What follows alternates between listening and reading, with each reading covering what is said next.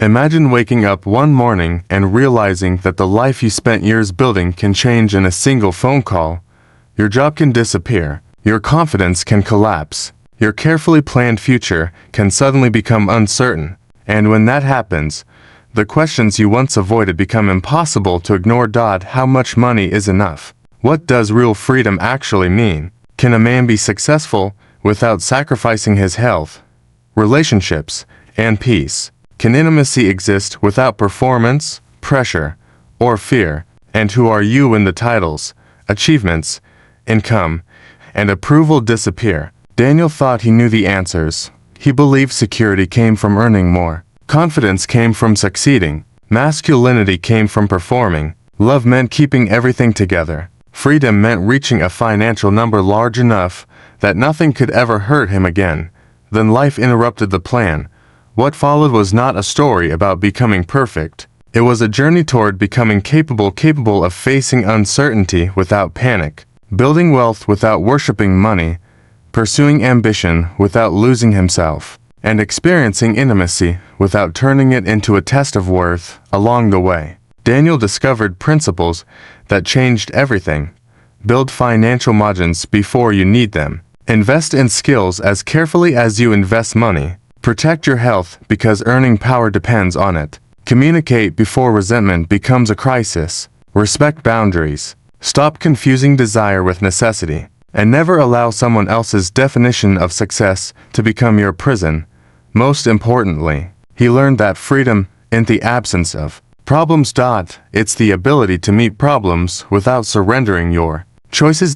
Because the greatest wealth may not be the number in your account. It may be the courage to live honestly, the relationships you can trust, the health you protect, and the peace that comes when you finally stop asking, "Am I enough?" and start asking, "Am I living a life I can respect?" There was a time when Daniel believed that being a man meant knowing what to do before anyone had to ask. He believed confidence was supposed to look effortless.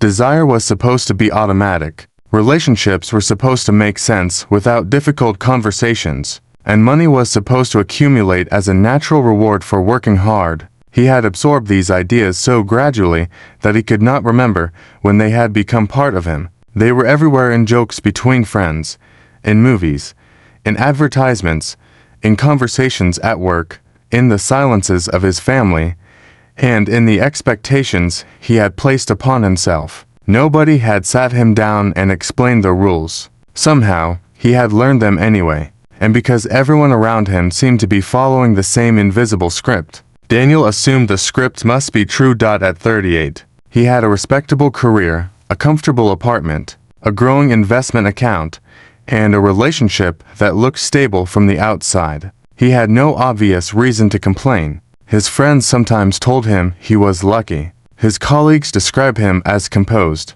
His younger brother occasionally called him the responsible one. Yet there were evenings when Daniel would sit alone in his parked car after work, engine switched off, staring through the windshield without any particular destination in mind, wondering why a life that looked successful felt strangely difficult to inhabit. He did not think of himself as unhappy. That word seemed too dramatic. He was functioning. He paid his bills. He exercised. He answered messages. He attended birthdays. He traveled occasionally. He went to work. He laughed with friends. He kissed his partner goodnight. He made plans. He saved money. But underneath all of it was a question he had avoided for years.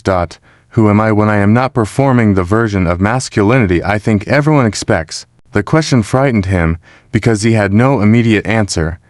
Daniel had always been good at performance. At work, he could walk into a meeting prepared and speak with authority even when he was uncertain. With friends, he knew how to make a joke at exactly the right moment. During difficult family conversations, he became practical. When someone was upset, he offered solutions. When he was upset, he became quiet. His partner, Elena, had noticed this long before he did. "You always know how to solve something," she had once told him. "But sometimes I don't want you to solve it." Daniel had smiled because he thought she was being affectionate. "What else would I do?" "Stay with me." He had not understood. Years later, He realized she had been giving him one of the most important pieces of advice he would ever receive. Stay. Not fix. Not perform. Not prove. Stay when the conversation becomes uncomfortable. Stay when you feel embarrassed. Stay when you don't know the answer. Stay when another person has an emotion you cannot immediately organize. Stay long enough to understand what is actually happening. Daniel had been trained to move quickly away from uncertainty. He had also been trained to treat sexuality as something he should already understand. That assumption caused more confusion than he knew. As a young man, he had received information about sex from everywhere except the places where thoughtful understanding might have been most useful. He had learned about performance from entertainment. He had learned about competition from other boys. He had learned about attractiveness from advertising. He had learned about desire through fantasy. He had learned about relationships through observation. He had learned about bodies through comparison. What he had not learned was how to talk honestly about vulnerability. He did not know that attraction could coexist with anxiety. He did not know that desire could fluctuate. He did not know that confidence could disappear under stress. He did not know that a person's sexual experience could be affected by sleep, medication, health, relationship tension, grief, work pressure, self-image, alcohol, fear, and countless other factors. Most importantly, he did not know that none of these things automatically made a person defective. He had assumed that a man's sexuality was a permanent engine that either worked or did not work. He had never considered that it might be more like an ecosystem. An ecosystem responds to conditions. Daniel first encountered this idea on a rainy Tuesday evening when Elena asked him a question he was not prepared to answer. Are you actually happy? He looked up from his laptop. Yes. She waited. Daniel recognized the pause. It was the same pause she used when she knew he had answered too quickly. Why? Because I am. That's not an answer. He closed the laptop. What do you want me to say? I want you to tell me what you feel. Daniel felt irritation rise immediately. I feel fine. Elena looked at him with a mixture of sadness and exhaustion. Daniel, fine isn't a feeling. He almost laughed. Of course it was, and single quotes T. But suddenly he realized how often he used that word, because it allowed him to avoid everything underneath it. Fine could mean tired. Fine could mean worried. Fine could mean disappointed. Fine could mean ashamed. Fine could mean afraid. Fine could mean I don't know. Fine was a locked door disguised as an answer. That night they talked for almost 2 hours. Nothing dramatic happened. There was no confession of betrayal, no explosive argument, no revelation that their relationship had been secretly collapsing. Instead, something more difficult happened.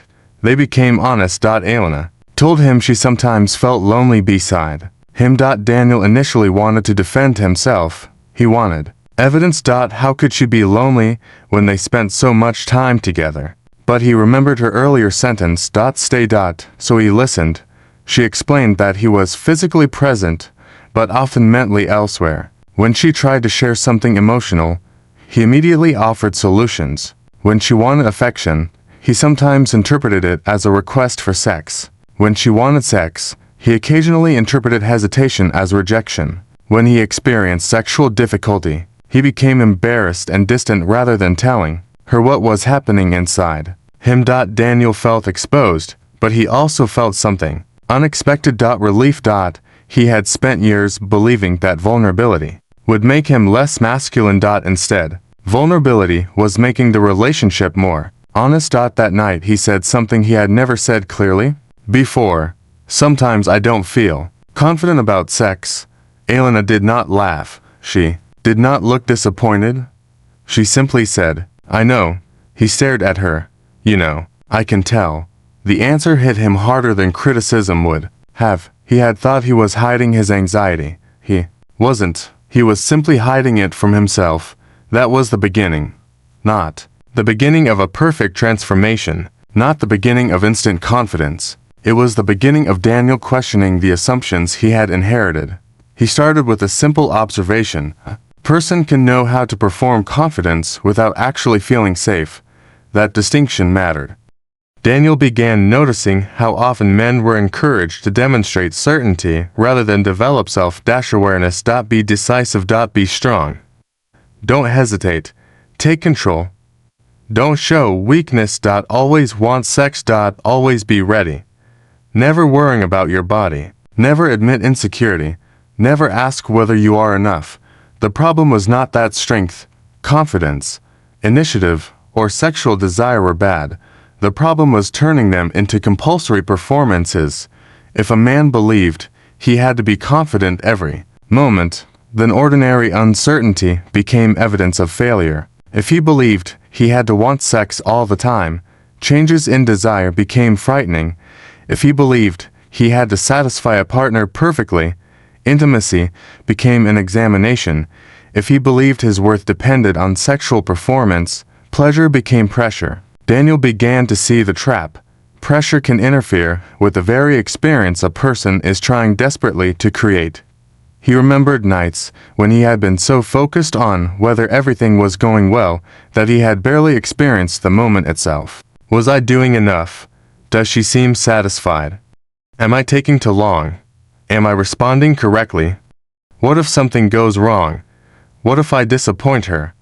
The mind had become an audience, and once an audience appears inside your head, it becomes difficult to be fully present. Daniel started practicing a different approach.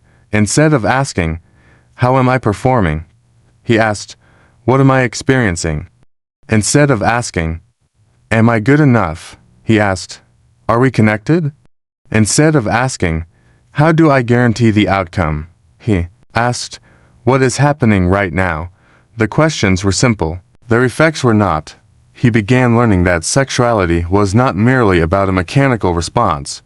It involved attention, emotions, expectations, communication, physical health, relationship dynamics, and the ability to feel safe enough to remain present. This did not mean every sexual difficulty had an emotional cause. Daniel learned to respect the importance of medical evaluation when appropriate. Bodies are biological systems, and symptoms deserve responsible attention rather than assumptions. Medication, hormonal changes, cardiovascular health, neurological conditions, sleep problems, substance use, and many other physical factors can influence sexual functioning. That realization was freeing too. He did not need to interpret every difficulty as a moral judgment. A physical problem could be a physical problem, a psychological problem could be psychological, a relationship issue could be relational. Sometimes several factors could operate at once. The mature response was curiosity rather than shame. Daniel wrote that sentence down. Replace shame with investigation. He returned to it often. The same principle transformed his financial life. He had always thought financial freedom meant earning enough money that he could stop worrying. But he discovered that many people could increase their income without increasing their freedom. Lifestyle expenses could rise alongside earnings. Status expectations could expand. Debt could grow. Work could consume more time. A person could become wealthier on paper while becoming poorer in attention. Daniel recognized himself in that pattern. Every salary increase had been followed by a lifestyle adjustment. Better apartment. Better car. More expensive vacations. More subscriptions. More convenience. More obligations. He had not been reckless. But he had assumed that increasing income automatically justified increasing consumption. Now he wanted to build a different relationship with money. He created a simple principle. Do not allow every increase in income to become an increase in dependence. He began directing additional income toward emergency savings, long-term investments, education, and meaningful experiences rather than automatically increasing recurring expenses. He learned that financial freedom was not a magic number. It was increasing choice. Could he leave a job that became unhealthy? Could he take time to recover from illness? Could he handle an unexpected expense without panic? Could he invest in learning? Could he support someone he loved without destroying his own stability?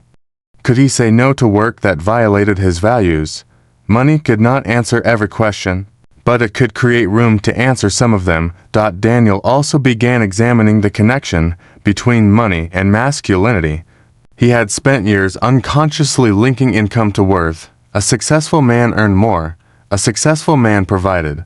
A successful man appeared financially secure. A successful man did not admit fear about money. These beliefs had made him ambitious. They had also made him exhausted. He started separating financial responsibility from identity. Providing for people could be meaningful, but being valuable did not depend on being the highest earner in the room. A man's worth could not be reduced to his salary. The same was true of sexuality. A person's worth could not be reduced to sexual performance. These two realizations began reinforcing one another. He no longer wanted to prove his value through money or sex. He wanted to build a life in which money and sexuality could serve life rather than define it. That was a radical change.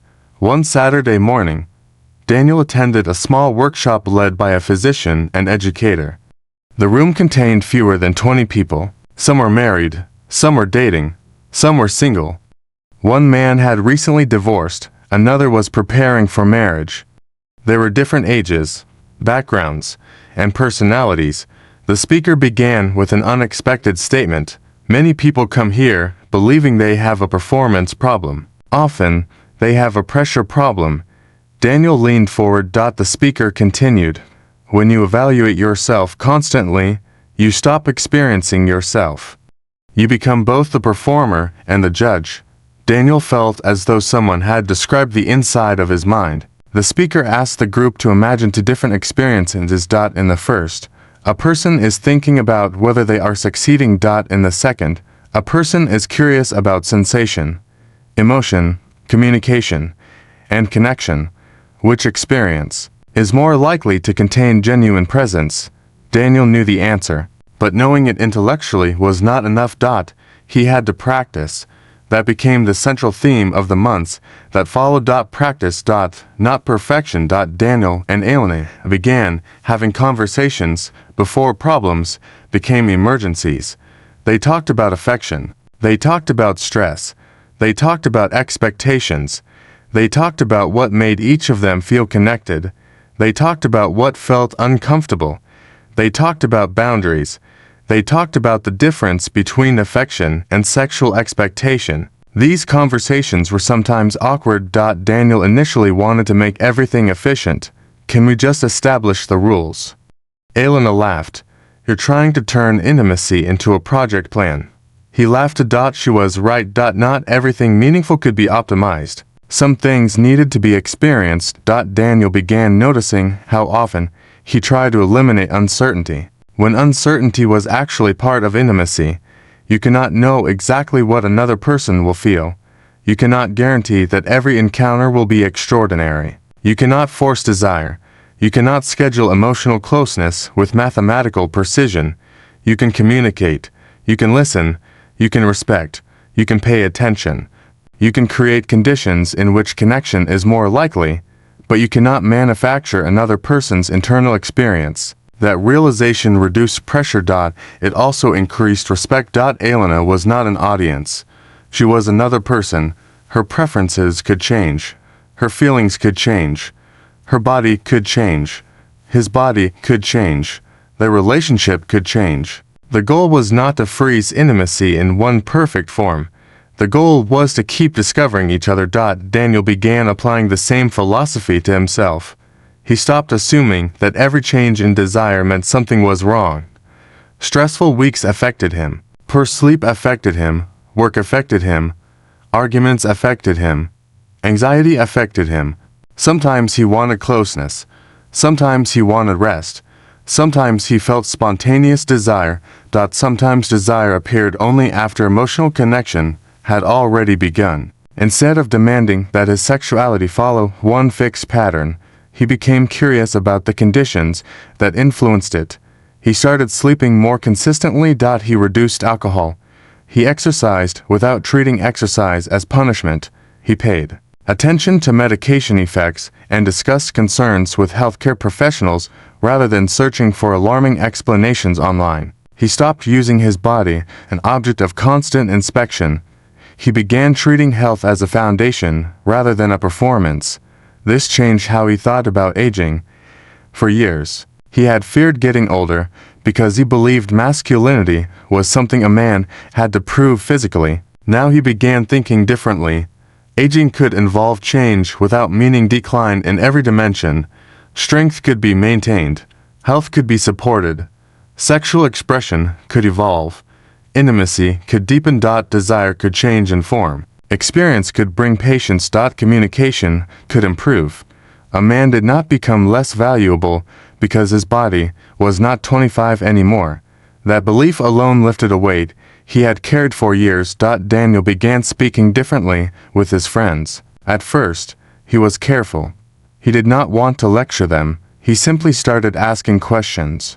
One evening, a friend complained about feeling less interested in sex than usual. The others immediately joked. Daniel noticed the friend's expression. He waited until later, when they were alone. "Are you worried about it?" His friend shrugged. "Maybe. Have you talked to anyone?" "No. I figured it meant something was wrong with me." Daniel shook his head. "It might be worth checking out. But don't decide you're broken before you investigate." The friend looked at him. "Since when did you become so philosophical?" Daniel smiled. "Since I realized I didn't know nearly as much as I thought I did." That sentence became important to him. The beginning of wisdom was not knowing everything. It was becoming comfortable discovering what you did not know. Daniel began applying this principle to masculinity itself. What if masculinity was not one fixed personality? What if men could be strong and gentle, competitive and cooperative, sexually expressive and thoughtful, independent and willing to ask for help, ambitious and restful, protective without being controlling, confident without pretending certainty? Daniel had spent years believing these qualities contradicted each other. Now he saw that maturity might involve integrating them. He also began challenging the idea that every man needed to be sexually dominant. Some men preferred initiative, some preferred reciprocity, some enjoyed different dynamics depending on context. Healthy sexuality did not require everyone to want the same thing. It required consent, communication, respect, and compatibility. This became one of Daniel's strongest principles. Difference is not automatically dysfunction. People differ, bodies differ, desires differ, relationships differ. What matters is whether the differences can be understood and navigated respectfully. Daniel thought about how often society turned difference into diagnosis. Too much desire, too little desire. To sensitive, not sensitive enough. To emotional. Not emotional enough. To ambitious, not ambitious enough. To independent. To dependent. The pressure to fit an ideal could make ordinary human variation feel pathological. He wanted to replace comparison with curiosity. What works for you? What works for your partner? What do you both need? Where are the boundaries? Where is there room for exploration? What requires professional help? These were better questions than "Am I normal?" Normal was often too blunt a word for human experience. Healthy was more useful. Consensual was more useful. Mutual was more useful. Safe was more useful. Satisfying was more useful. Compatible was more useful. Daniel's thinking became increasingly practical. He did not want slogans. He wanted principles that could survive real life. He created a personal framework around 5 ideas: awareness before judgment, communication before assumption, health before performance, choice before pressure, long-term freedom before short-term approval. The framework began influencing everything. When he noticed anxiety, he investigated rather than insulted himself. When he felt disconnected from Elena, he communicated rather than withdrawing. When his body behaved differently, he considered health factors rather than immediately assuming failure. When a financial opportunity appeared, he examined risk rather than chasing excitement. When someone pressured him, he paused before agreeing. The results were not always perfect, but the pattern was changing. One of the biggest changes occurred when Daniel faced a setback at work. His department was reorganized. His position was not immediately threatened, but his responsibilities increased and his future became uncertain. The old Daniel would have responded by working longer hours, spending less time with Elena, exercising aggressively, and pretending everything was under control. The new Daniel noticed the impulse. He asked himself what fear was trying to accomplish. It wanted certainty. There was no certainty available. So he focused on what he could control. He updated his resume. He strengthened professional relationships. He reviewed his emergency fund. He reduced unnecessary spending temporarily. He learned a new skill. He discussed the situation with Elena. He slept. He continued exercising moderately. He refused to let uncertainty become an excuse to abandon his health. This was financial resilience in practice, not predicting the future, preparing for it. His emergency savings gave him psychological space. His skills gave him professional options. His relationships gave him emotional support. His health gave him capacity. His ability to communicate prevented fear from becoming isolation. Everything was connected. Daniel began thinking about wealth in a broader sense. Money mattered. But so did skills. So did health. So did reputation. So did relationships. So did time. So did self-trust. A person could lose money and rebuild. A person could lose time and never recover it. That did not mean money was unimportant. It meant money was one part of a larger resource system. Daniel began asking before major decisions. What am I gaining? What am I spending? What future options does this create? What options does it remove? The questions were powerful because they included opportunity cost. A new luxury purchase might provide pleasure. But what else could that money do? A promotion might increase income. What would it cost in time? A new relationship might provide excitement. What would it require emotionally? A new project might create meaning. What would it require from his existing commitments? Nothing was free. Every yes contained invisible no's. Every no protected some yes. Daniel became more intentional about both.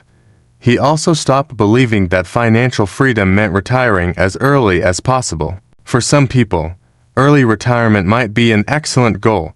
For others, meaningful work was part of a good life. The deeper goal was autonomy.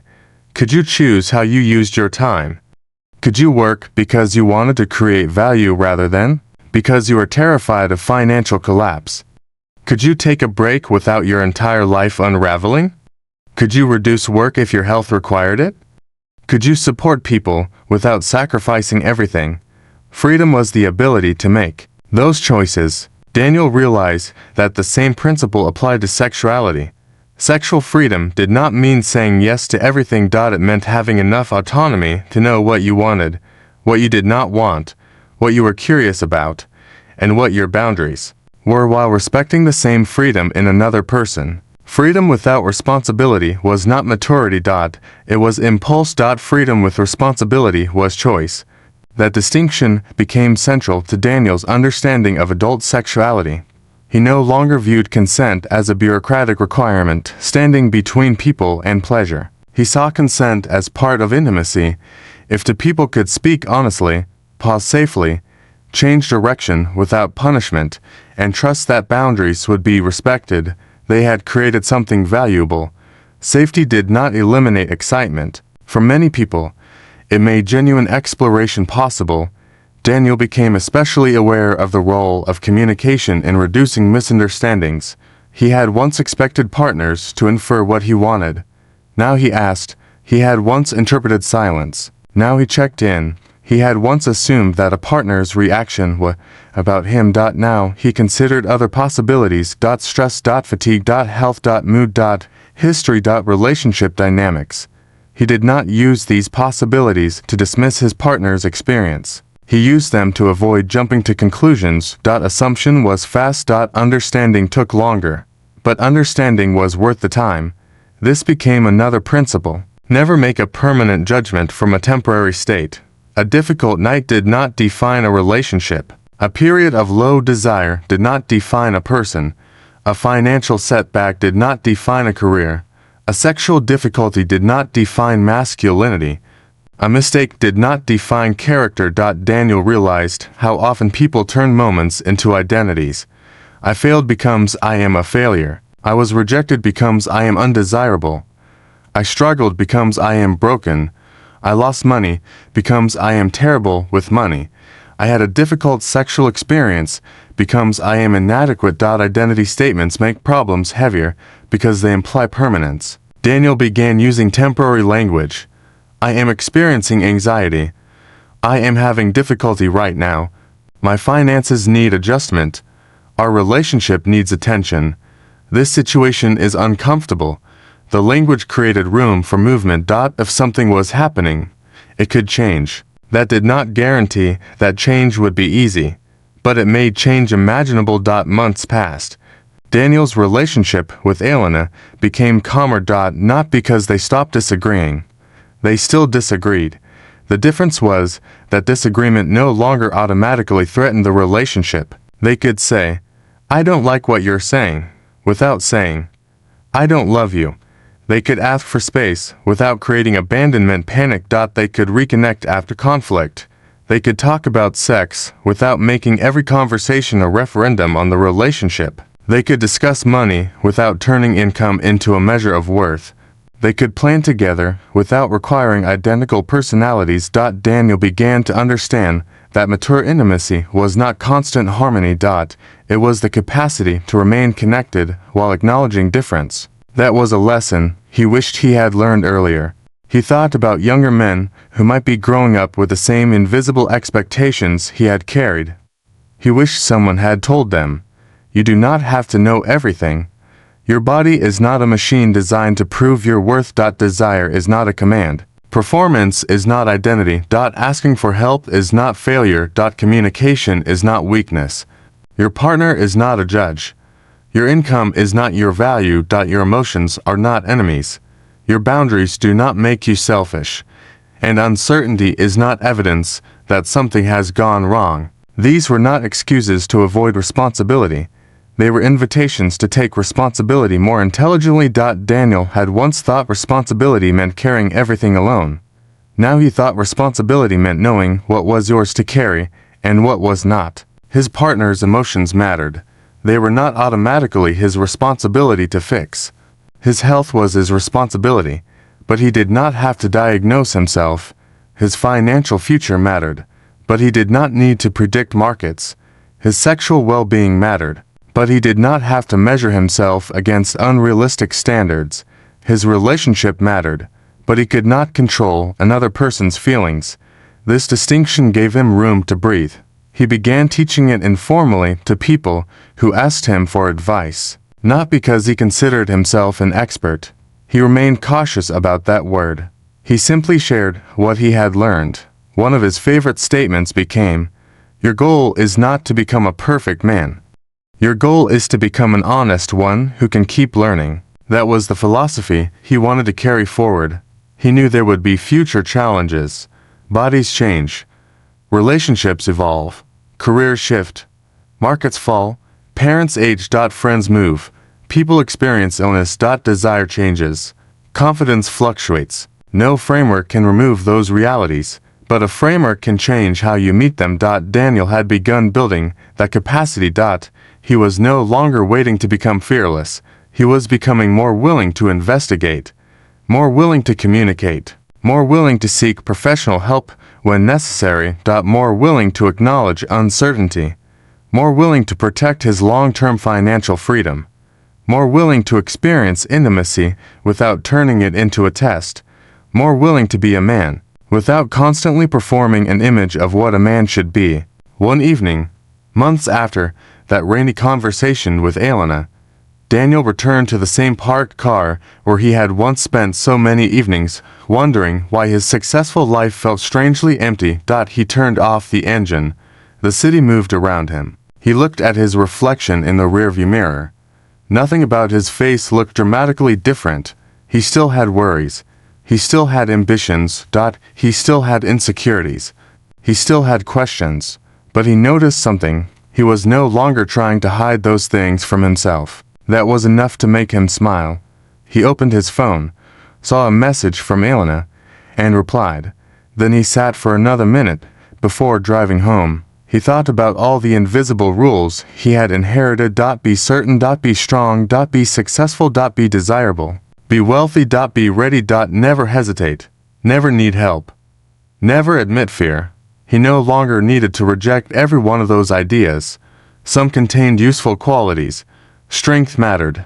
Responsibility mattered. Ambition mattered. Financial discipline mattered. Sexual confidence could be meaningful. The difference was that these qualities were now choices rather than commandments.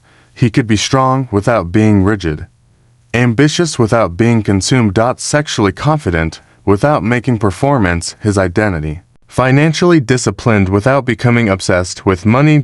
Independent without refusing help, vulnerable without surrendering boundaries. That was the kind of man he wanted to become. Not a perfect man, a whole one. And perhaps that was where his real education began, because learning about sexuality was never going to be only about sex. Learning about masculinity was never going to be only about men. Learning about financial freedom was never going to be only about money. All three questions eventually led to the same place. How do you build a life in which your choices reflect your values rather than your fears? Daniel did not yet know the complete answer. But he had learned something more valuable than a final answer. He had learned how to keep asking better questions. And for the first time in his life, he was not afraid of where those questions might lead. Daniel had learned how to ask better questions. But he was discovering that better questions did not always produce comfortable answers. For years, he had believed that understanding something would make it easier to change. He now knew that understanding was only the beginning. A person could recognize a pattern and still repeat it. He could understand that stress affected desire, and still become anxious when stress changed his own sexual experience. He could understand that money was a tool rather than an identity, and still feel a surge of fear when an unexpected bill arrived.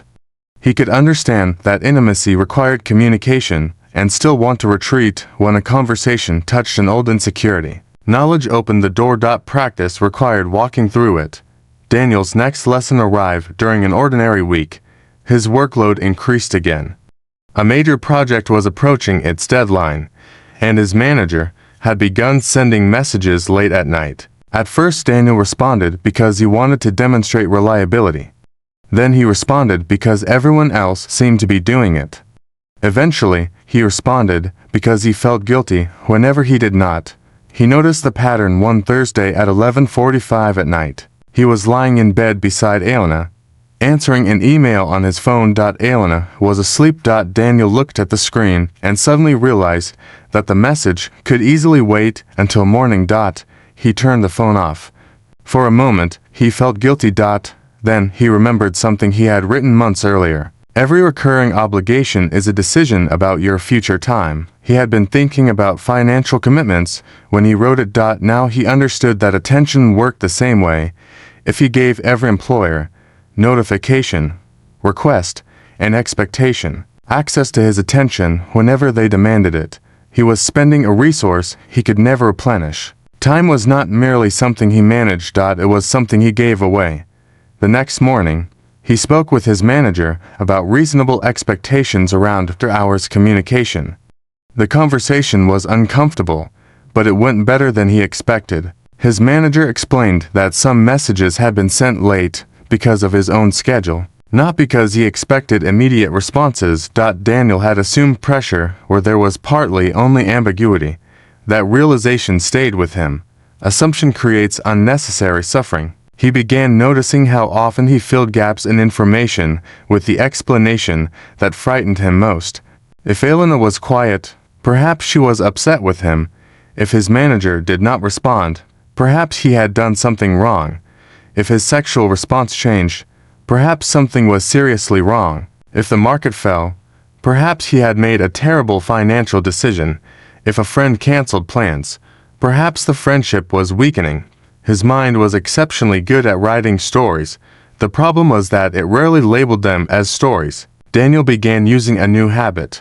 When he noticed himself reacting strongly to something uncertain, he would say internally, "What do I actually know?" The question was remarkably effective. What do I actually know? Not what do I fear, not what might happen, not what happened in the worst possible scenario. What do I actually know? He applied it to sexuality. He and Elena had experienced a few weeks when their intimate connection felt less spontaneous. Daniel noticed the old anxiety returning. His first thought was that something had changed permanently. He almost said nothing, then he caught himself. What do I actually know? They were both tired. Work had been demanding. They had been spending less uninterrupted time together. Neither had expressed dissatisfaction with the relationship. The facts were different from the story. So Daniel did something that would have been difficult for him a year earlier. He asked, "How are you feeling about us lately?" Elena looked surprised. "Why, I felt a little disconnected." She considered it. "Me too." Daniel felt his stomach tighten. The old fear whispered, "See, something is wrong." But Elena continued, "I don't think it's about us being wrong for each other. I think we're exhausted." He laughed softly. "That sounds obvious now that you say it. It wasn't obvious to me until you asked." They made a simple decision. One evening each week would be protected from work, phones, errands, and other distractions. It did not have to become a romantic spectacle. They could cook, walk, talk, watch something, sit quietly. The point was not to manufacture intimacy. The point was to create room for it. That distinction became one of Daniel's most useful lessons. You cannot force connection. You can create conditions in which connection has a chance. The same principle applied to sexual well-being. Instead of treating every intimate moment as a test, Daniel began seeing intimacy as a conversation involving two people and two changing nervous systems. Sometimes there was desire. Sometimes there was fatigue. Sometimes there was laughter. Sometimes there was distraction. Sometimes there was strong physical connection. Sometimes there was tenderness without sex. None of those states needed to become a verdict on the relationship. Daniel became increasingly comfortable with the idea that intimacy could have many forms. This was especially important because he had spent years consuming cultural messages that reduced sexuality to achievement. A successful sexual experience was supposed to have a particular beginning, middle, and end. There was supposed to be confidence. There was supposed to be certainty. There was supposed to be an impressive outcome. But real people were not scripts. Real bodies responded to context. Real relationships contained interruptions. Real emotions were complicated. Real desire could be influenced by stress, trust, resentment, affection, novelty, health, hormones, medication, sleep, and countless other factors. Daniel did not need to control all of those variables. He needed to remain curious about them. That was a major shift. Curiosity left room for reality. Performance demanded that reality behave. He chose curiosity. His confidence improved slowly. Not because every intimate experience suddenly became perfect, but because he stopped treating imperfection as catastrophe. A difficult moment could simply be a difficult moment. He could pause. He could laugh. He could communicate. He could change direction. He could seek medical or professional guidance if a recurring concern persisted. He could return another day. Nothing needed to become a permanent identity. This was also how he approached his body. For years, he had compared himself with an imagined standard of male attractiveness and physical capability. He had never admitted how much energy that comparison consumed. He noticed small flaws in the mirror that other people probably never saw. A little softness around his waist. At the beginning of gray hair. A scar on his shoulder. Changes in muscle definition. Instead of criticizing his body, he began asking what his body allowed him to experience. He could walk. Lift. Swim. Travel. Sleep. Laugh. Embrace someone. Feel pleasure. Recover. Work. Explore. His body was not a display model. It was his living environment. That perspective changed his exercise routine.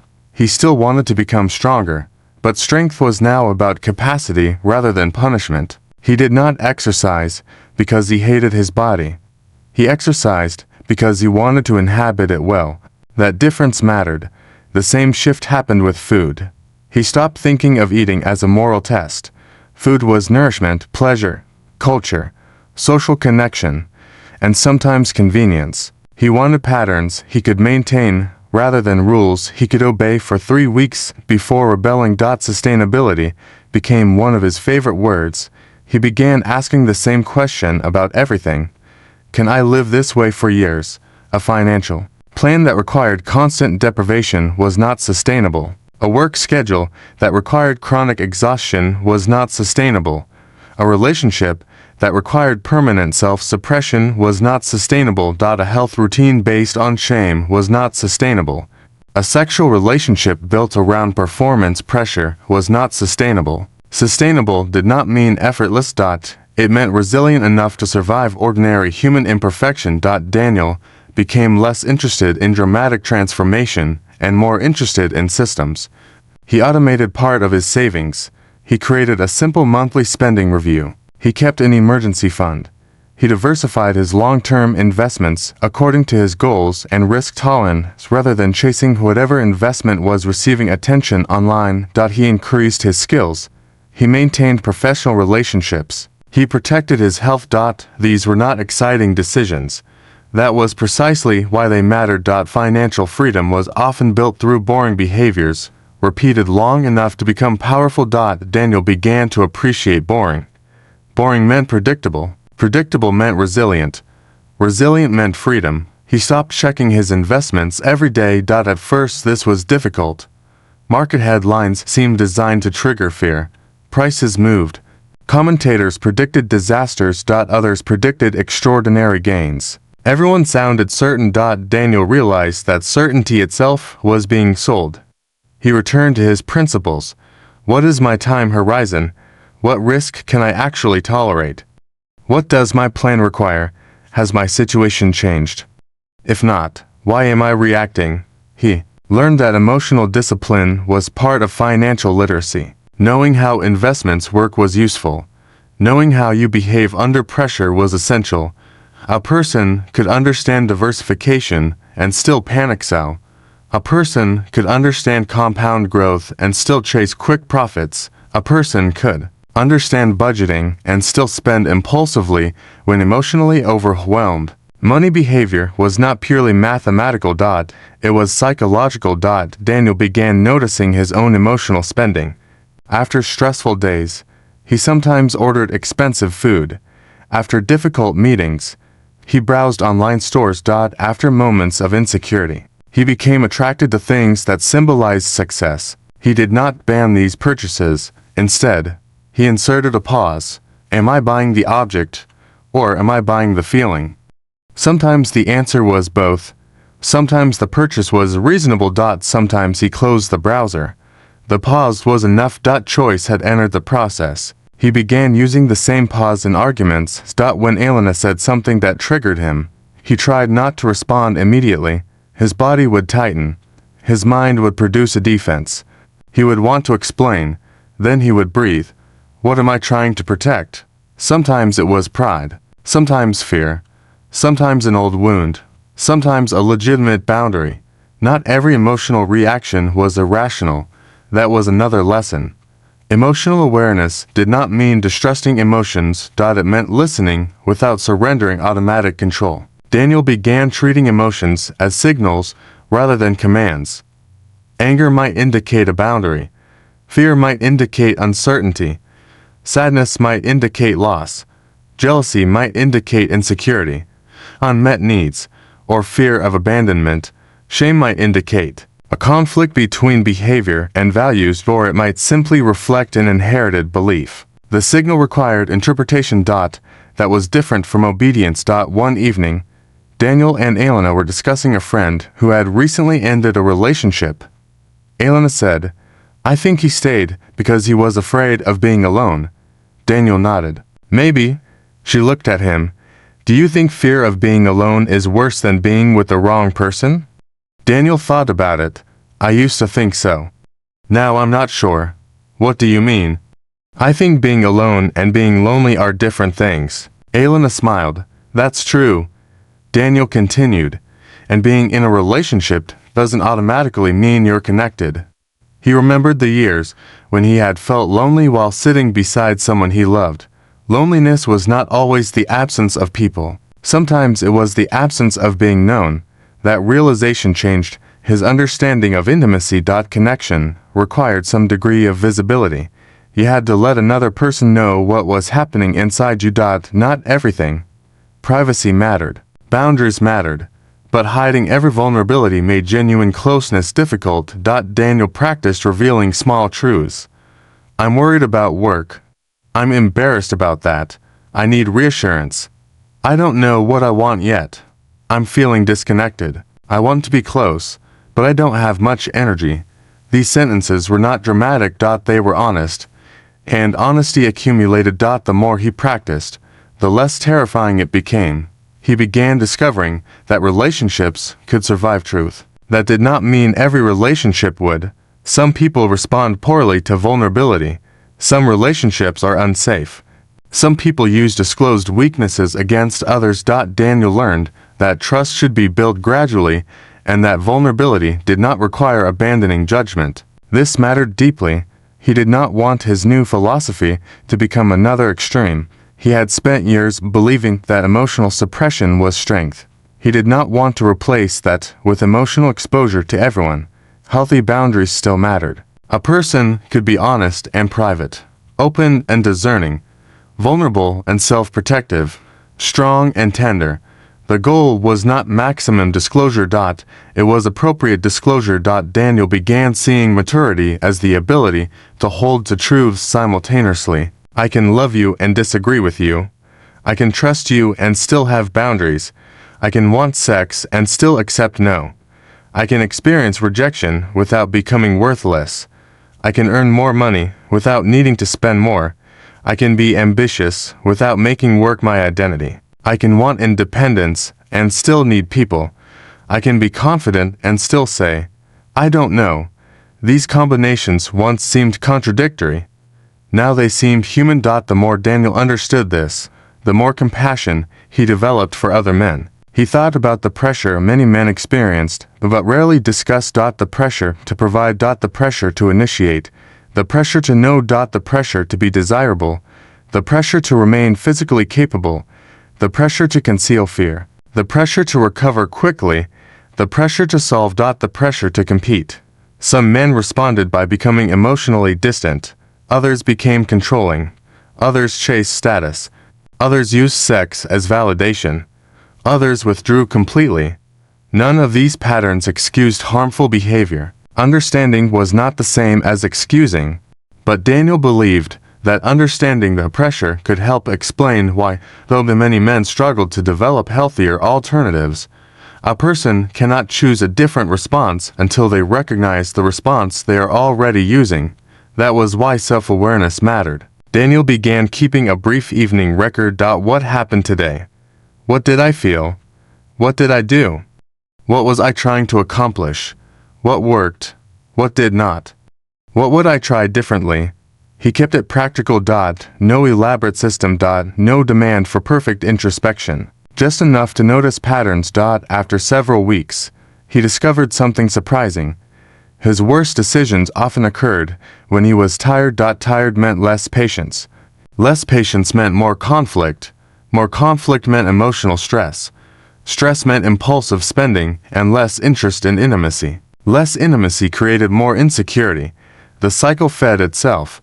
The solution was not a single dramatic intervention. Sleep helped. Boundaries helped. Food helped. Exercise helped. Communication helped. Financial planning helped. The body and mind were not separate departments. They were connected. Daniel started protecting sleep with a seriousness he had once reserved for work. He realized that exhaustion had been costing him more than productivity. It had been affecting his mood, relationships, judgment, and physical well-being. He began saying no to late-night work unless something genuinely required it. He stopped glorifying exhaustion. Being exhausted was not proof of importance. Sometimes it was simply evidence that the system needed adjustment. This lesson affected his career. He began looking beyond salary. What kind of environment helps me perform well? What kind of leadership do I respect? How much autonomy do I need? What are the long-term skill benefits? What is the stress cost? What does this role do to my health? What does it leave for my relationships? What opportunities will it create? He became harder to impress with titles. A prestigious position could be valuable, but prestige was not automatically worth every cost. He wanted a career that compounded. Skills that grew, relationships that deepened, reputation that strengthened, income that increased responsibly. Knowledge that remained useful, work that did not destroy the rest of his life. He called this career capital. The idea was simple. Some work pays immediately, other work builds capabilities that increase future options. The best choices often do both. Daniel started investing in skills that made him more adaptable. He studied communication. He improved his technical knowledge. He learned to present ideas clearly. He became better at negotiation. He sought feedback. He built relationships across departments. He understood that financial freedom depended partly on earning capacity. Saving mattered, investing mattered, controlling expenses mattered, but becoming more valuable in the marketplace mattered too. He did not want financial freedom to depend solely on cutting costs. There was a floor to how much you could reduce. There was more room to grow your capabilities. That became another principle. Protect the downside, but keep expanding the upside through skills. He applied the same idea to his personal life. Protect the downside through boundaries, health, emergency savings, and careful decisions.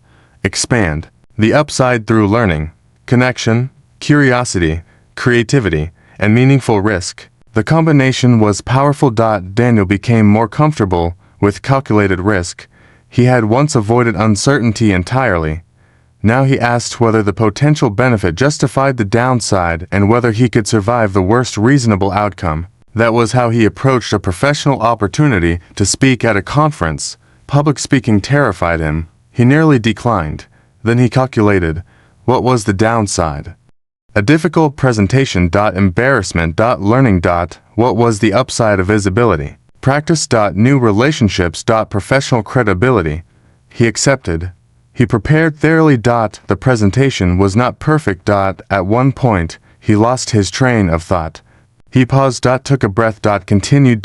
When it ended, people applauded. Daniel did not feel invincible. He felt capable. There was a difference. Confidence was becoming evidence-based. He was not telling himself, I can do anything. He was telling himself, I can handle more than I once thought. That was enough. His sexuality benefited from the same kind of confidence. He no longer needed to believe that nothing would ever go wrong. He trusted himself to respond if something did. If he became anxious, he could say so. If he needed to slow down, he could. If Elena wanted something different, they could discuss it. If a recurring physical issue appeared, they could seek appropriate medical advice. The absence of guarantees no longer frightened him. He had learned that security does not come from controlling every outcome. It comes from knowing you have ways to respond. That principle transformed his relationship with uncertainty. One evening, Elena asked him what he thought had changed most in the past year. Daniel considered the question. I used to think confidence meant believing nothing would go wrong. And now I think confidence means knowing what I'll do when something does. Elena smiled. That's probably the most confident thing you've ever said. Daniel laughed. He knew the irony. He had spent years trying to appear confident. He was only now beginning to understand it. Confidence was not a costume. It was a history. A history of facing things. A history of learning. A history of surviving mistakes. A history of keeping promises to yourself. A history of discovering that discomfort could be endured. The same was true of financial confidence. You did not need to know exactly what the market would do. You needed a plan. You needed reserves. You needed appropriate diversification.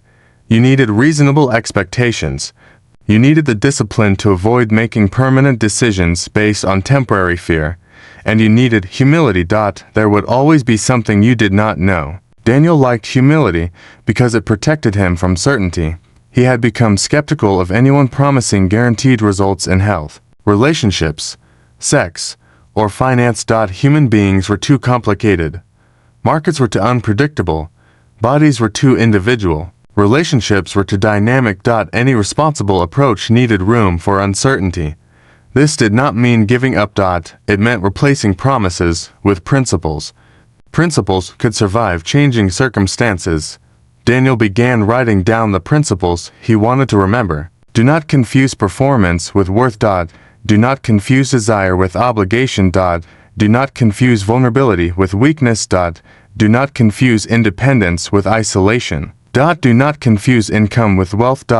Do not confuse spending with success. Do not confuse uncertainty with failure. Do not confuse a difficult moment with a permanent identity.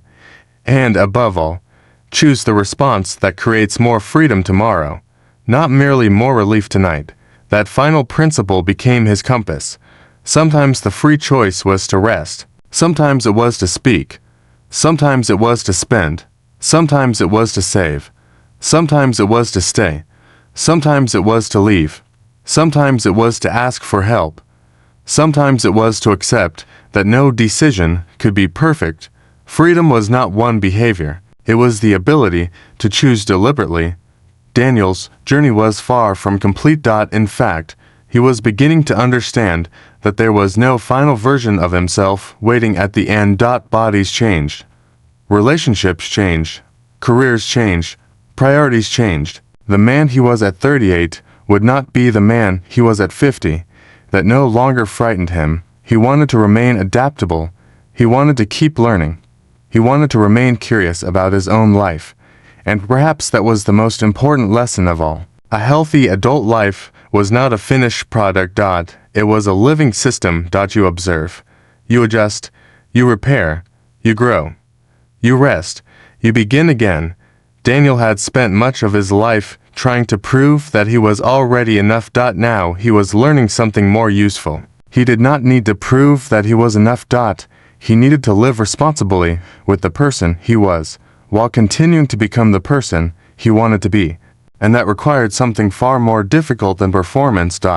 It required honesty. The next challenge would demand exactly that. The next challenge did not arrive as a crisis.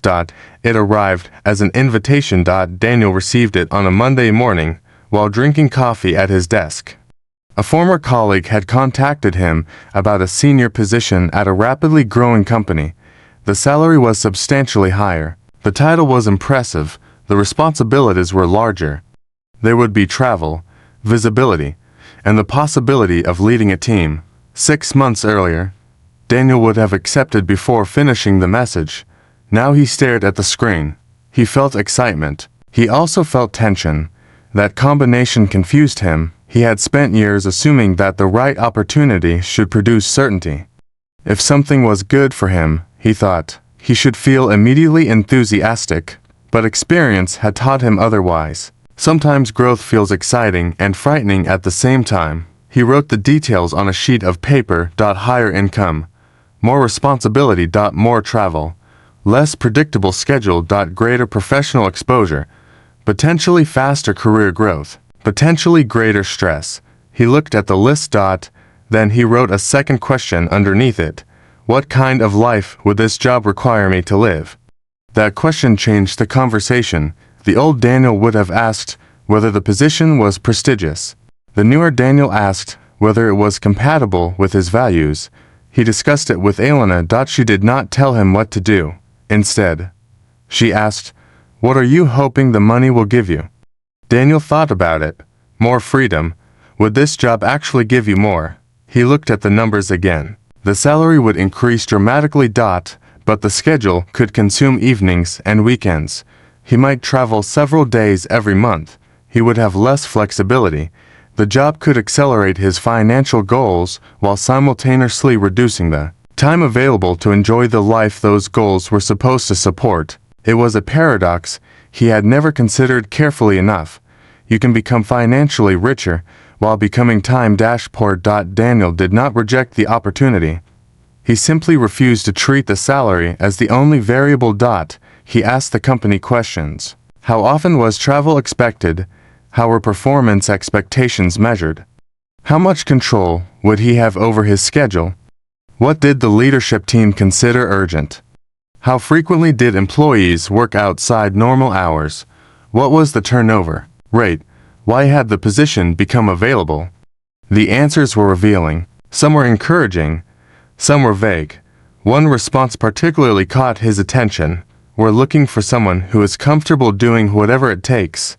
Daniel had heard that sentence many times in his career. This time, he asked what it meant. The recruiter laughed. You know, going above and beyond. Daniel smiled politely. How would you define above and beyond? There was a pause. He realized the phrase could mean dedication. It could also mean unlimited availability. Ambiguity had a cost. Daniel eventually declined the position. His friends were surprised. You turned down that salary. He explained that he had not turned down the salary. He had turned down the life attached to it. That distinction became one of the most important financial lessons he had learned. Financial freedom was not simply about maximizing income. It was about maximizing meaningful choices after accounting for the costs. A larger paycheck could be an excellent decision, but not automatically. The correct question was not, how much does it pay? It was, what does this decision do to my life? Daniel began thinking about wealth in terms of 4 resources. Money, time, health, relationships. If a decision increased one resource while severely damaging another, he wanted to understand the trade. He did not expect perfect balance. Life rarely offered it, but he wanted conscious trade-offs rather than accidental ones. That philosophy soon faced a harder test. Elena's mother became ill. The news arrived unexpectedly. Nothing about the diagnosis was simple. There were appointments, tests, uncertainty, difficult conversations, and long stretches of waiting. Daniel watched Elena become exhausted. He wanted to fix the situation. He wanted information. Plans. Solutions. Something measurable. But there was no immediate solution. There was only uncertainty. For perhaps the first time, Daniel understood what Elena had meant years earlier when she told him to stay. There was nothing to solve that evening. So he stayed. He drove with her to appointments. He handled meals. He adjusted his schedule. He listened when she wanted to talk.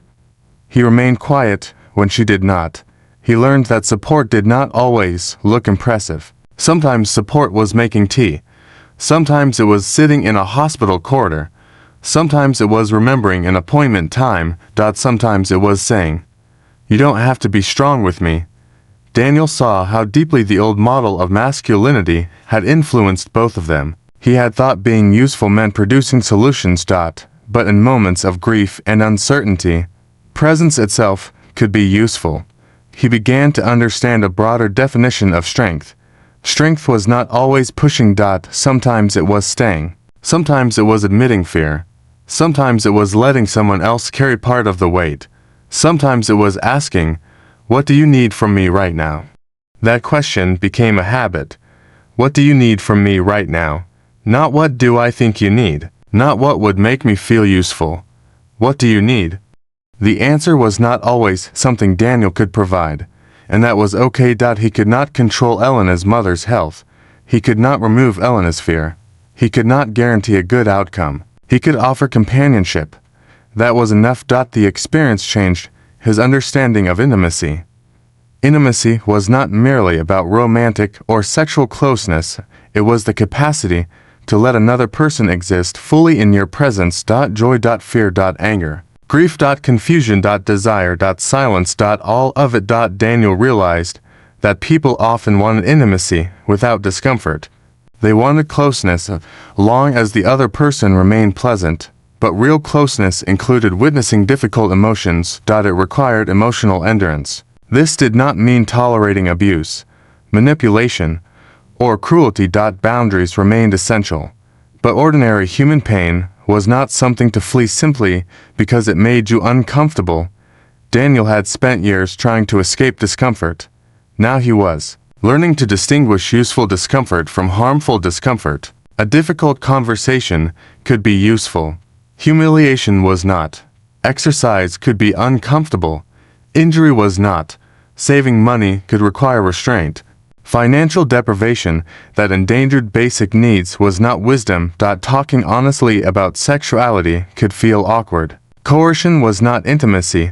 Growth often contained discomfort, but discomfort itself was not proof that something was healthy. This distinction prevented another extreme. Daniel did not want to become someone who glorified suffering. He wanted to become someone who understood purpose. The question became, what is this discomfort doing? If it was building capacity, perhaps it was worth enduring. If it was destroying dignity, health, or safety, perhaps it required change. He applied this principle to work. He could tolerate a difficult project because it developed skills. He could tolerate a challenging conversation because it improved a relationship. He could tolerate market volatility because his investment strategy had a long horizon, but he would not tolerate chronic disrespect merely because it looked like ambition. That was the difference between resilience and self-abandonment. As Elena's family situation continued, Daniel noticed another change. His own sexual desire fluctuated. Sometimes he felt close to Elena but not sexually interested. Sometimes he wanted affection without sexual activity. Sometimes he felt desire strongly. At first, the fluctuations worried him. Then he remembered everything he had learned. Stress affects the body. Grief affects the body. Sleep affects the body. Emotional states affect the body. Relationships affect the body. Health affects the body. A changing response did not automatically require panic. Still, he did not dismiss it. He paid attention. He asked whether anything else had changed. He reviewed his sleep. He considered stress. He talked openly with Elena. When appropriate, he sought medical advice rather than relying on assumptions. The lesson was balanced. Don't catastrophize. Don't ignore. Investigate. That became one of his strongest principles. He wished more people understood the difference between reassurance and avoidance. Telling yourself nothing is wrong without examining a persistent problem was not confidence. Telling yourself something is terribly wrong without evidence was not caution. Responsible self-care lived between those extremes. Daniel started thinking about this in every area of life. Money. Don't panic. Don't ignore. Investigate. Health. Don't catastrophize. Don't dismiss. Investigate. Relationships. Don't assume. Don't suppress. Communicate. Sexual concerns. Don't shame. Don't self-diagnose. Seek appropriate information and professional guidance. The pattern was remarkably consistent. Fear demanded immediate certainty. Wisdom allowed investigation. One afternoon, Daniel sat in a cafe waiting for Elena after one of her mother's appointments. He opened his notebook. At the top of the page he wrote, "Freedom requires the ability to tolerate uncertainty." He stared at the sentence. He realized that much of his life had been organized around eliminating uncertainty. He saved money because he wanted certainty. He sought career status because he wanted certainty. He wanted sexual performance because he wanted certainty about his desirability. He wanted relationship harmony because he wanted certainty that he was loved. But certainty was never available. So he had substituted control. And control had become exhausting. The more he tried to control everything, the more threatened he felt by anything outside his control. Now he wanted something different. Capacity. If uncertainty could not be eliminated, he could become more capable of meeting it. That was a deeper form of security. Not nothing bad will happen, but whatever happens, I will respond. That sentence became a foundation. It influenced how he invested. He did not need to predict the next market movement. He needed an appropriate plan. It influenced how he approached relationships. He did not need to guarantee that Elena would never leave. He needed to build a relationship based on honesty and mutual choice. It influenced how he approached health. He did not need to guarantee perfect health. He needed to care for his body and respond responsibly when something changed. It influenced sexuality. He did not need to guarantee flawless performance. He needed to communicate, remain present, respect boundaries, and seek help when necessary. This was freedom of a different kind. Elena noticed the change. One night she said, "You seem calmer." Daniel smiled. I've stopped trying to control everything. She laughed. Everything? Almost everything. That's progress. He looked at her. Do you think I used to be controlling?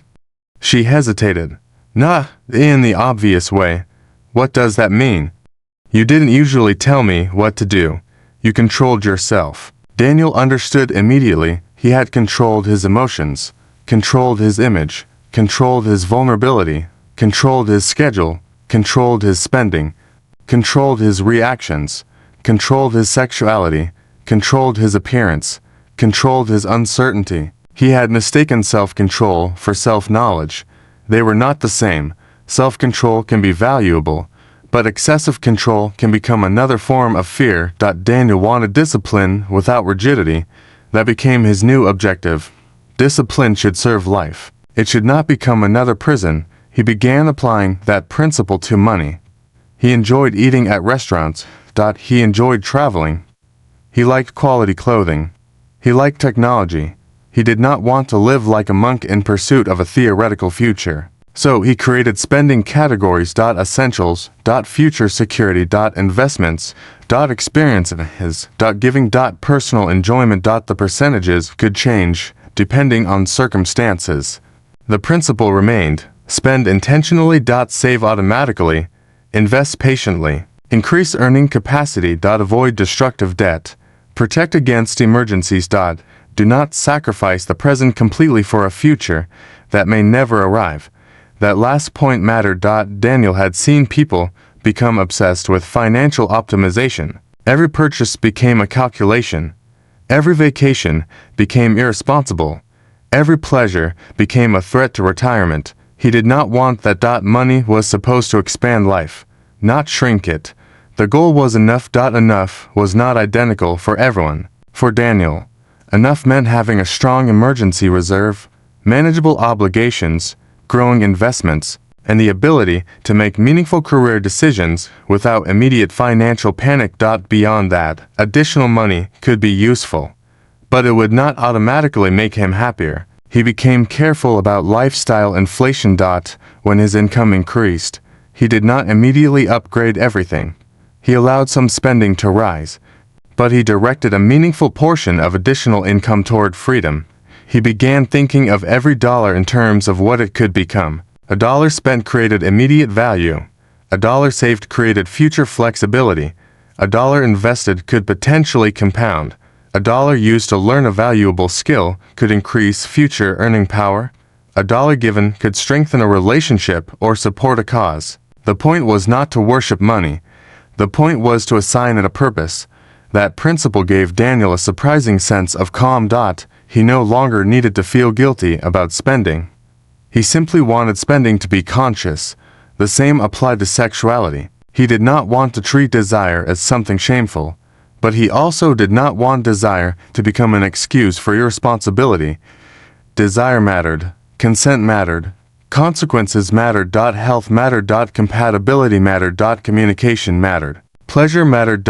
No single principle had to erase the others. Mature decision-making meant holding them together. Daniel began recognizing another cultural problem.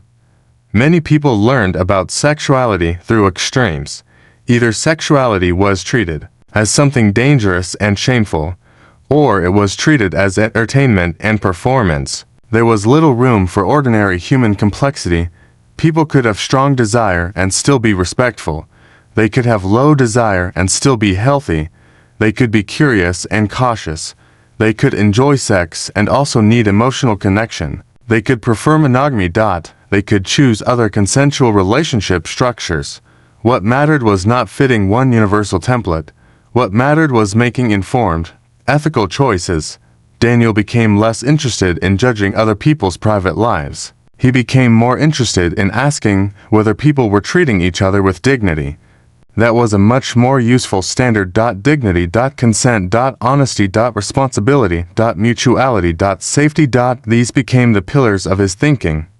He also became more aware of the importance of professional support. For years, Daniel had considered therapy something people sought only when life had become unbearable.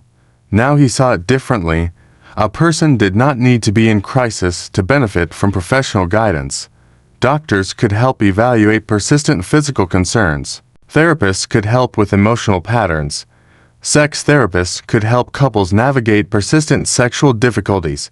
Financial professionals could help with complex planning when appropriate. Specialists existed because human problems were complicated. Asking for specialized help was not surrender. It was resource allocation. Daniel smiled when he realized he was applying a financial principle to health. Use the right resource for the right problem. Do not spend years struggling with something because asking for help feels embarrassing. He had wasted enough time trying to solve every problem privately. One evening, his friend Marcus called. Marcus was going through a divorce. I don't know who I am anymore, he said. Daniel listened. Marcus continued. I thought if I worked hard enough, made enough money, and took care of everything, I'd have a good life. Daniel remained silent. I thought being a good husband meant providing. Providing matters, Daniel said. I know, but it isn't the whole relationship. Marcus sighed. I don't know how to talk about any of this. Daniel thought about the old version of himself. Then he said, Start with the truth you are most afraid to say. Marcus was quiet. That's terrifying. Probably. What if saying it makes everything worse? It might change things, but hiding it is already changing things. Marcus eventually began talking. Not everything was solved that night, but something shifted. Daniel realized that he had once believed good advice meant having answers.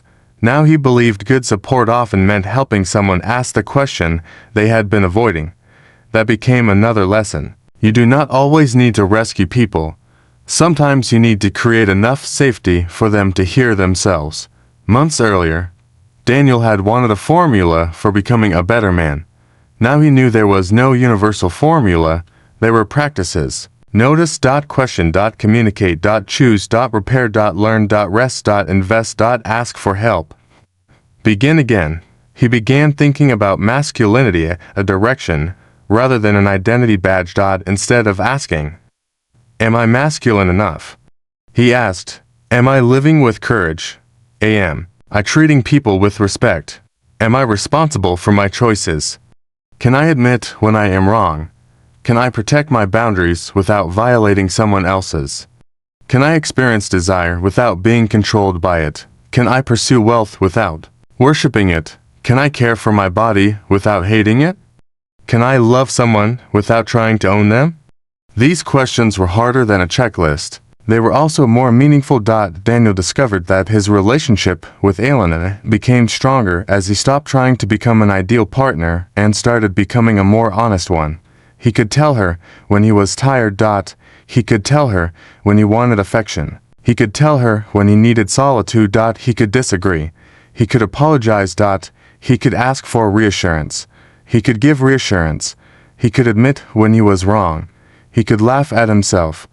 The relationship became less theatrical. More real. That was the word he kept returning to. Real bodies, real emotions, real financial constraints, real uncertainty, real relationships, real mistakes, real growth. The fantasy of perfection was losing its power. And with that, Daniel felt more free. He did not become fearless. He became less interested in fear's opinions. That was different. Fear could speak. It simply did not get the final vote. The hardest test came unexpectedly when Daniel received a call from his doctor after a routine examination. There was an issue that required additional testing.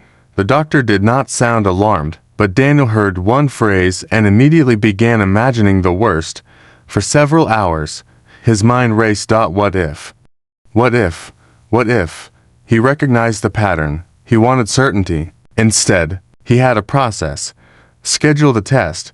Gather information. Follow medical advice. Do not diagnose yourself. Do not catastrophize. Do not dismiss. Investigate. He repeated the principle until the panic softened. The tests eventually showed that the concern was manageable and required monitoring rather than the disaster his imagination had created. Daniel sat in his car afterward. He laughed at himself, not because his fear had been foolish. Fear was human. He laughed because he had discovered How quickly the mind can build a future from almost no information. He wrote in his notebook, "Anxiety often asks you to solve tomorrow and today's incomplete information." He underlined it. Then he added, "Respond to facts as they arrive." That became one of his most practical philosophies. It helped him with health, money, relationships, sexuality, career, everything. Do what today's facts require. Prepare for tomorrow, but do not live tomorrow before it arrives. Daniel was becoming less reactive, not passive, not indifferent. Less reactive. He could still act decisively. The difference was that action came from information rather than panic. That distinction was changing the quality of his life. He was beginning to see that freedom was not the absence of constraints. Everyone had constraints. Bodies have limits. Money has limits. Time has limits. Relationships have boundaries. Careers have trade-offs. Freedom was the ability to navigate constraints intelligently. A sailor cannot control the wind, but a skilled sailor can adjust the sails. Daniel liked that metaphor. He could not control every circumstance. He could adjust. He could prepare. He could communicate. He could learn. He could choose. He could repair. And he could begin again. One evening, while walking home with Elena, she asked him what he was thinking about. He smiled. "How strange it is that I spent so much of my life trying to become someone who never needed anything." Elena took his hand. "And now I think needing people is part of being human." She squeezed his hand. "That's a better answer." Daniel looked ahead. The city lights reflected in the wet pavement. He thought about money, health, sexuality, relationships, work, aging, uncertainty. At first they had seemed like separate problems. Now he understood the connection. They were all questions of how a person relates to himself, to others, to risk, and to time. A person who hated himself might chase validation. A person who feared uncertainty might chase control. A person who confused money with worth might chase income forever. A person who confused sexual performance with identity might chase proof. A person who feared loneliness might stay where he was unhappy. A person who could tolerate uncertainty, respect himself, communicate honestly, and plan responsibly had more choices. That was the real objective. More choices, not endless choices. Not consequence-free choices. Meaningful choices. Daniel was beginning to understand that a fulfilling adult life was less about maximizing every category and more about creating enough stability that he could choose according to values. Financial stability supported autonomy. Health supported capacity. Emotional awareness supported relationships. Sexual self-knowledge supported intimacy. Communication connected all of them, and none of them could be mastered once and permanently checked off. Life would keep changing the questions. Daniel would have to keep learning. He was ready for that now, because he had finally stopped asking, "How do I become the perfect man?" He was asking a better question. How do I remain honest, responsible, connected, and free as life changes? There was no final answer. There was only practice, and Daniel was learning to trust the practice. Daniel had begun to trust the practice, but trust was not the same as certainty. He discovered this when life became complicated in a way no notebook, budget, conversation, or carefully considered principle could completely prevent. The news arrived on a Sunday morning. Elena's mother had taken a turn for the worse. There was no dramatic announcement, no cinematic moment when everything suddenly changed. There was simply a phone call, a quiet conversation, and then the strange stillness that follows information too serious to absorb immediately. Elena sat on the edge of the sofa with the phone in her hand. Daniel watched her face. He wanted to say something reassuring. He wanted to tell her that everything would be okay. The words almost came out. Then he stopped. He did not know that everything would be okay. So, instead he moved closer. "I'm here." Elena nodded. Those two words were enough. The following weeks became a lesson in limits. Daniel discovered that love could not remove another person's pain. He could accompany it, respect it, and help carry some of its weight, but he could not eliminate it. That was difficult for him. He had spent much of his life measuring usefulness by outcomes. At work, a successful project produced a result. With money, disciplined decisions produced greater financial stability. With exercise, consistent effort produced greater physical capacity. But grief did not operate like that. There was no productivity metric. No investment strategy. No optimization. No clever technique. There was only presence. Daniel began driving Elena to appointments. He kept a bag in the car with water, snacks, chargers, and anything else they might need. He handled errands. He spoke with relatives when Elena was too tired. He cooked when neither of them had the energy to think about food. Sometimes they talked. Sometimes they sat silently. Sometimes Elena cried. Sometimes Daniel cried after she went to sleep. He stopped being embarrassed by his own emotions, not because he had suddenly become comfortable with every feeling, but because he had learned that an emotion did not need to be justified before it could be experienced. Sadness did not require a business case. Fear did not require permission. Love did not require certainty. He began noticing how quickly people tried to escape uncomfortable emotions. A person feels grief and immediately reaches for distraction.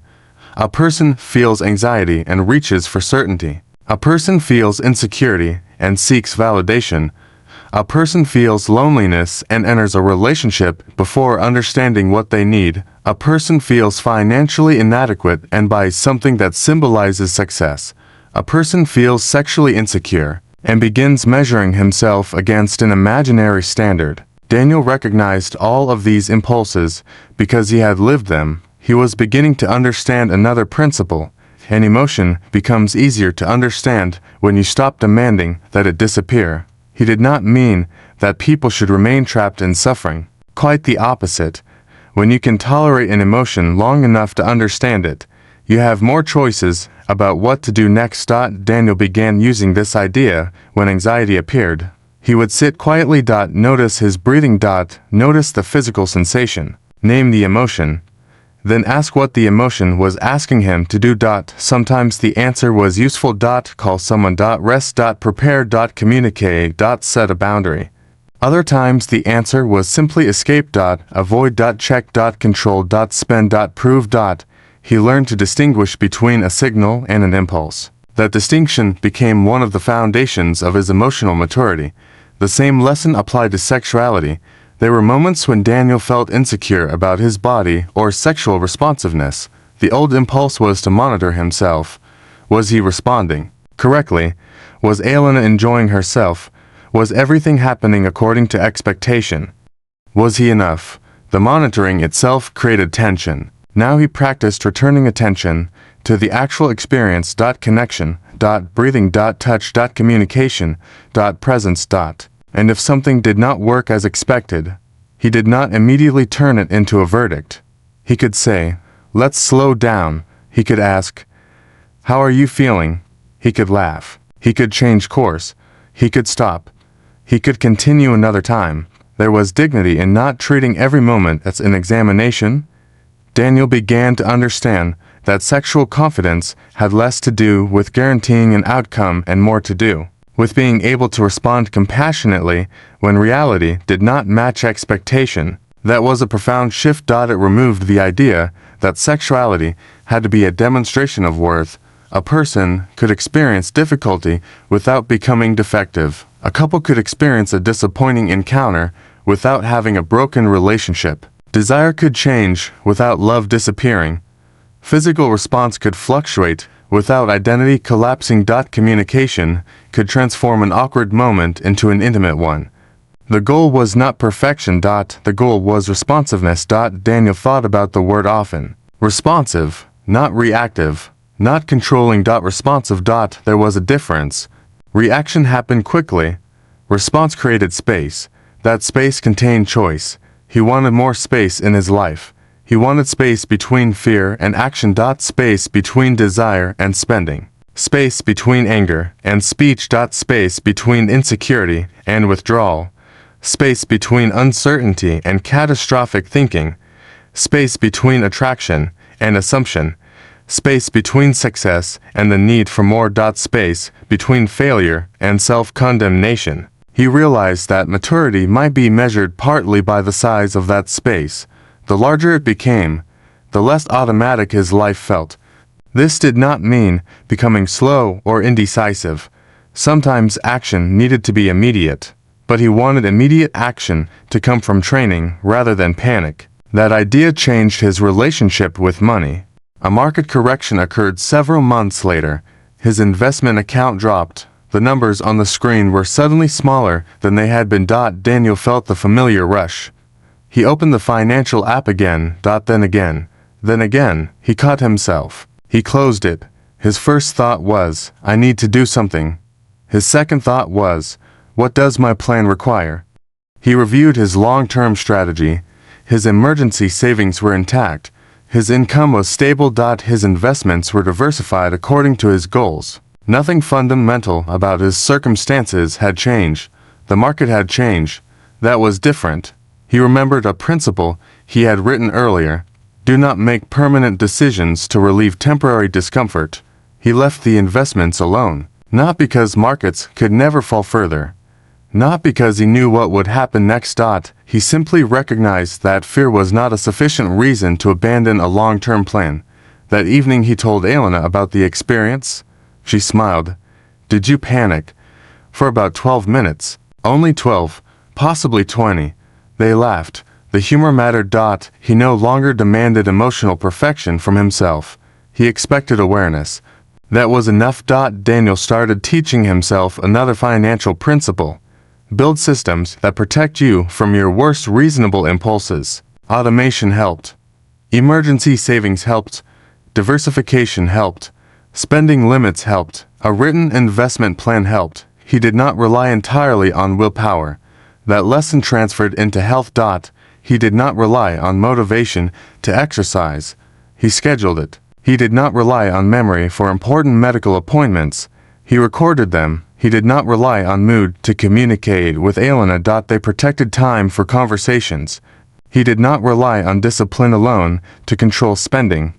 He automated savings before discretionary money reached his everyday account. Systems reduced the number of decisions required. That mattered because human beings have limited attention. Daniel had once thought disciplined people simply possessed stronger willpower. Now he believed disciplined people often designed environments that made good decisions easier. He became interested in the architecture of everyday life. What sits within reach? What is automated? What triggers unnecessary spending? What encourages movement? What interrupts sleep? What makes communication easier? What creates conflict? What creates connection?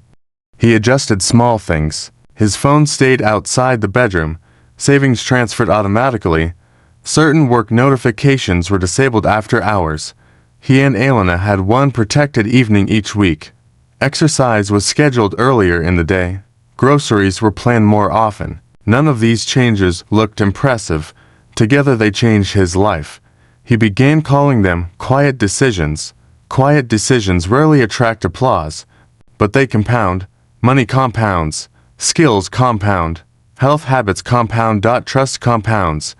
Resentment compounds too. So does avoidance. Daniel became aware that every repeated behavior was voting for a future version of himself.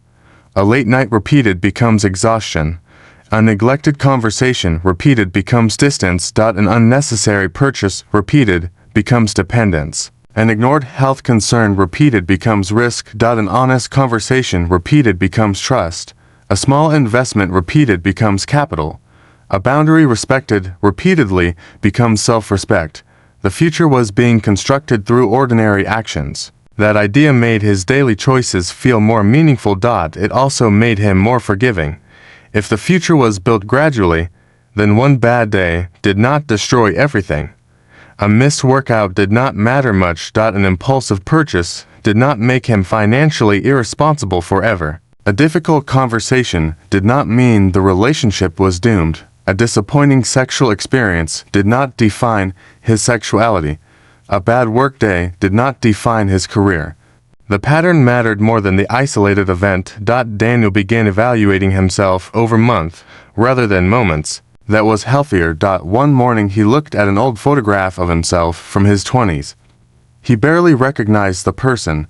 The younger man looked confident, but Daniel remembered how insecure he had been. How often he had compared himself to others. How terrified he was of being judged. How much pressure he felt to appear experienced, successful, attractive, and certain. He felt tenderness toward that younger version of himself. He wanted to tell him something.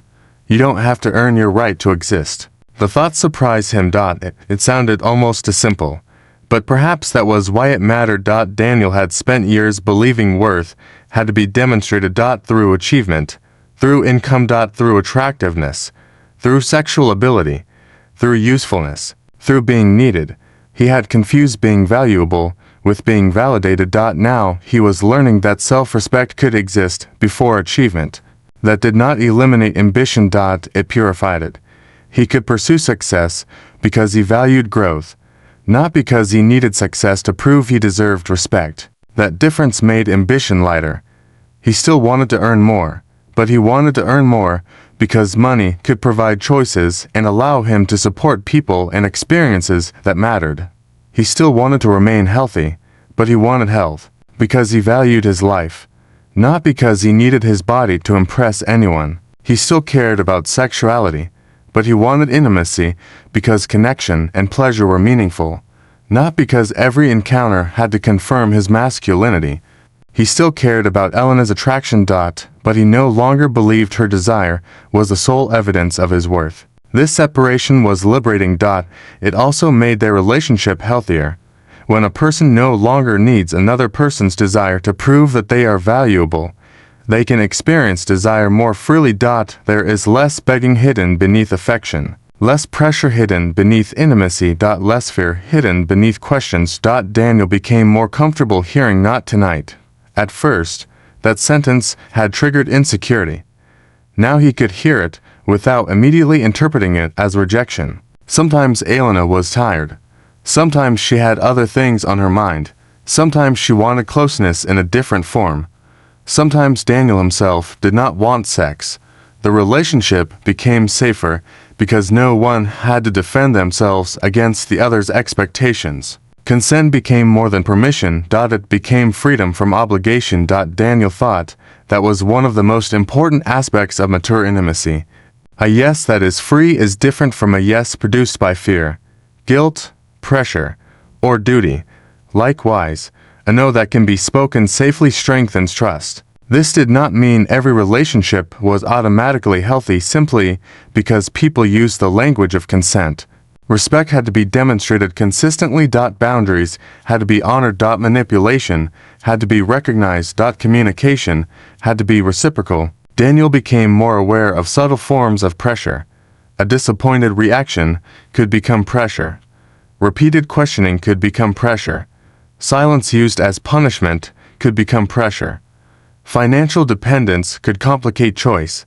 Emotional threats could undermine freedom. He understood that healthy intimacy required more than avoiding obvious harm. It required creating conditions where both people could make choices without coercion.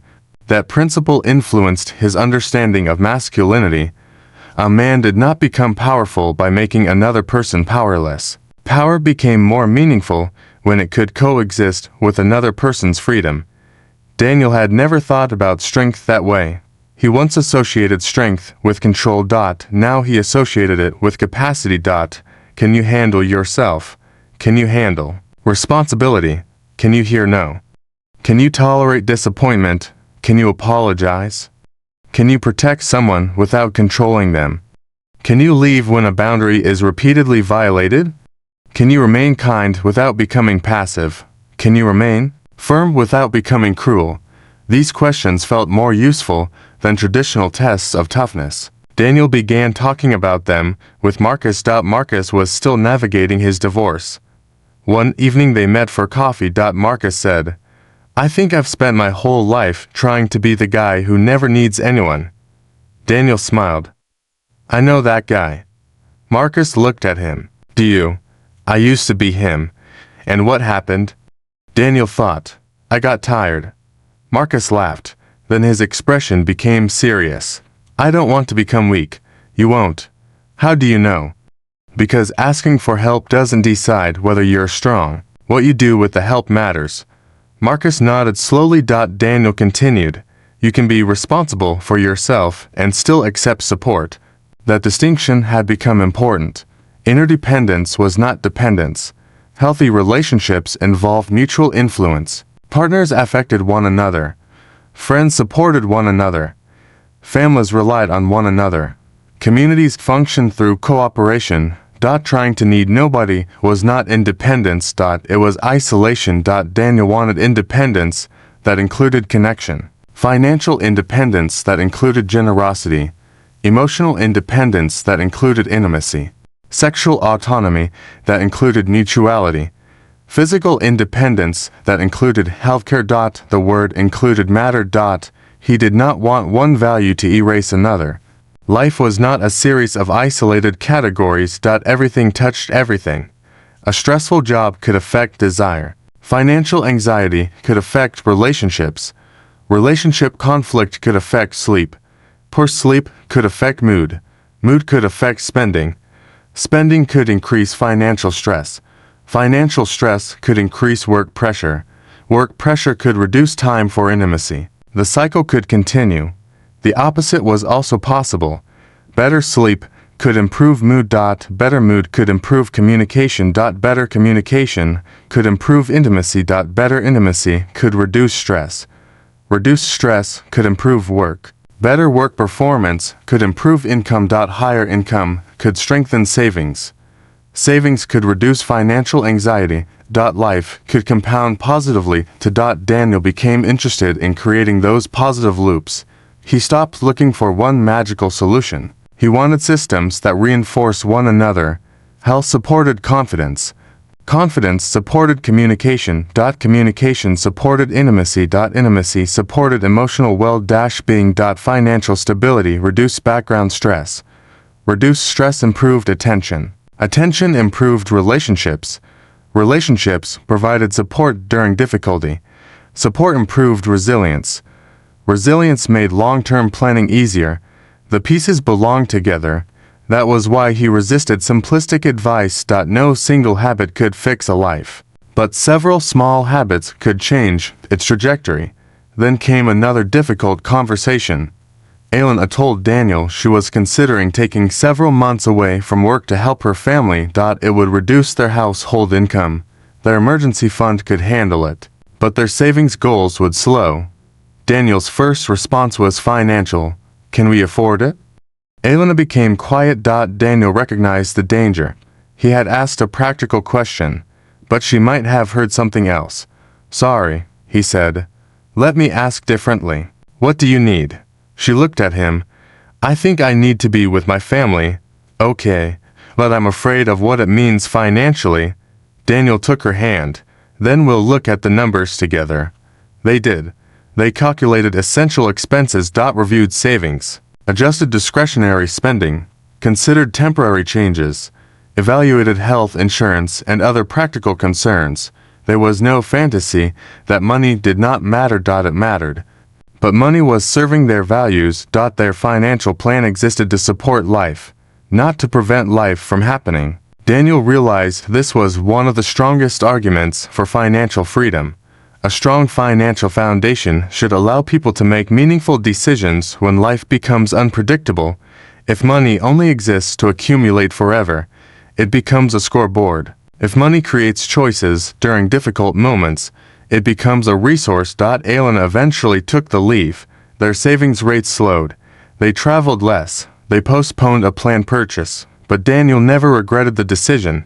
He watched Elena sit beside her mother. He saw the value of time. No investment account could give them those months back. The experience changed his understanding of wealth. Wealth was not only what you owned. It was what you could afford to give your attention to. Time with people you love. Time to recover. Time to learn. Time to think. Time to create. Time to be present. Money could help purchase some of that freedom, but only if used intentionally. Daniel wrote another sentence in his notebook. Financial freedom is not the freedom to buy everything. It is the freedom to say yes to what matters. That became one of his deepest financial principles. He also learned that financial freedom was not a finish line. There would always be another target. Another investment, another expense. Another uncertainty. If he waited to become completely secure before living, he might spend his life waiting. So he created a personal definition of enough. Enough emergency reserves. Enough investment progress. Enough income. Enough time. Enough connection. Enough health. Enough rest. Enough. The word felt almost rebellious. Modern life constantly told him to want more. More income. More followers. More possessions. More experiences. More achievement. More attractiveness. More sexual validation. More status. But more was not always better. Sometimes more simply meant more to maintain. Daniel wanted growth without endless appetite. He wanted ambition without hunger that could never be satisfied. He wanted desire without desperation. He wanted wealth without worship. He wanted love without possession. He wanted confidence without arrogance. The older he became, the more he valued balance. Not perfect balance. Dynamic balance. Like walking, you are constantly moving slightly off-center and correcting. A good life might work the same way. You do not achieve balance once. You practice returning to it. When work becomes excessive, return to health. When isolation grows, return to connection. When spending rises, return to intention. When anxiety grows, return to facts. When performance pressure appears, return to presence. When conflict develops, return to communication. When pride takes over, return to humility. When fear takes over, return to courage. Daniel began thinking of this as a personal compass. He did not need a perfect map. He needed a reliable direction. And then, unexpectedly, the direction was tested again. His company announced another restructuring. This time his role was eliminated. For the first few seconds, he felt nothing. Then the fear arrived. His income was gone. His identity was shaken. His plans changed. The old voice returned. You failed. You should have seen this coming. What will people think? What are you worth now? Daniel sat alone in his office after everyone had left. He stared at the empty desk. He wanted to panic. He wanted to immediately accept the first job available. He wanted to spend money to distract himself. He wanted to tell Elena he was fine. Instead, he remembered everything he had practiced. What do I actually know? He knew he had lost his job. He knew he had savings. He knew his skills were valuable. He knew he had relationships. He knew he had a healthy partnership. He knew he had faced uncertainty before. He knew he could respond. The situation was serious, but it was not the end of his identity. That night he told Elena, I'm scared. She reached for his hand. I know. He looked at her. I'm also okay. And for the first time, those two statements did not contradict each other. He could be scared and okay. Uncertain and capable, disappointed and hopeful, vulnerable and strong. That was the lesson he had been approaching for years. Human beings do not have to choose one emotional state. Contradictory feelings can coexist. Maturity is learning to hold them without being torn apart by them. Daniel opened his laptop. He began making a plan. Expenses. Savings runway. Professional contacts. Potential roles. Skills. Learning opportunities. Short-term income. Long-term direction. He did not know how long the search would take, but he knew what to do next. That was enough for tonight. He closed the laptop. He went into the kitchen. Elena was there. She looked at him. What are you thinking? Daniel smiled. I'm thinking tomorrow is going to be busy. She laughed. Then they embraced. No grand speech. No guarantee. No certainty. Just the people standing together in an uncertain world. Daniel had once believed that freedom meant reaching a place where nothing could threaten him. Now he understood something more realistic. Freedom was the capacity to remain yourself while circumstances change. The job could disappear. The market could fall. The body could change. Plans could fail. People could become ill. Relationships could be tested. Life could refuse to cooperate. But if you had built awareness, skills, health, savings, relationships, boundaries, and the willingness to learn, You possessed something more durable than certainty. You possessed options. And options created room. Room to think. Room to breathe. Room to choose. Room to begin again. Daniel did not know what the next chapter of his career would look like. He did not know what the next year would bring for Elena's family. He did not know how his own body would change with age. He did not know how his relationship would evolve. He did not know whether his investments would grow as expected, but he knew something he had never known before. He did not need to know everything. He needed to keep responding honestly to what life placed in front of him. And tomorrow, for the first time in a long time, he would wake up without a job. But he would not wake up without direction. Daniel woke before the alarm. For several seconds, he lay still, staring into the darkness, trying to remember what day it was. Then he remembered. No office. No commute. No calendar filled with meetings. No manager waiting for an update. The strange thing was that his body still expected urgency. His heart was slightly faster than usual. His mind was already constructing lists. He reached for his phone. Then stopped. For years, the first minutes of his mornings had belonged to other people's demands. Emails, notifications, headlines, market prices, messages. Before he had even stood up, he had allowed the outside world to determine the emotional temperature of his day. Not today. He placed the phone face down. He breathed slowly. He asked himself the question that had become almost automatic. What do I actually know? He knew he had lost his job. He knew the loss hurt. He knew he had savings. He knew he had skills. He knew people who trusted his work. He knew he had a partner who loved him. He knew he had choices. He did not know how quickly he would find another position. That was all. The uncertainty remained, but uncertainty no longer felt like a command to panic. Daniel got out of bed. He made coffee. He opened his notebook. At the top of a fresh page, he wrote, "I will not confuse an interruption with an ending." He looked at the sentence for a long time. Then he began. The first task was financial. He calculated his essential monthly expenses: housing, food, insurance, utilities, transportation, necessary obligations. He separated them from optional spending. The number was lower than he had feared. His emergency fund gave him breathing room. That breathing room had not appeared by accident. It had been created by hundreds of ordinary decisions made when nothing was wrong.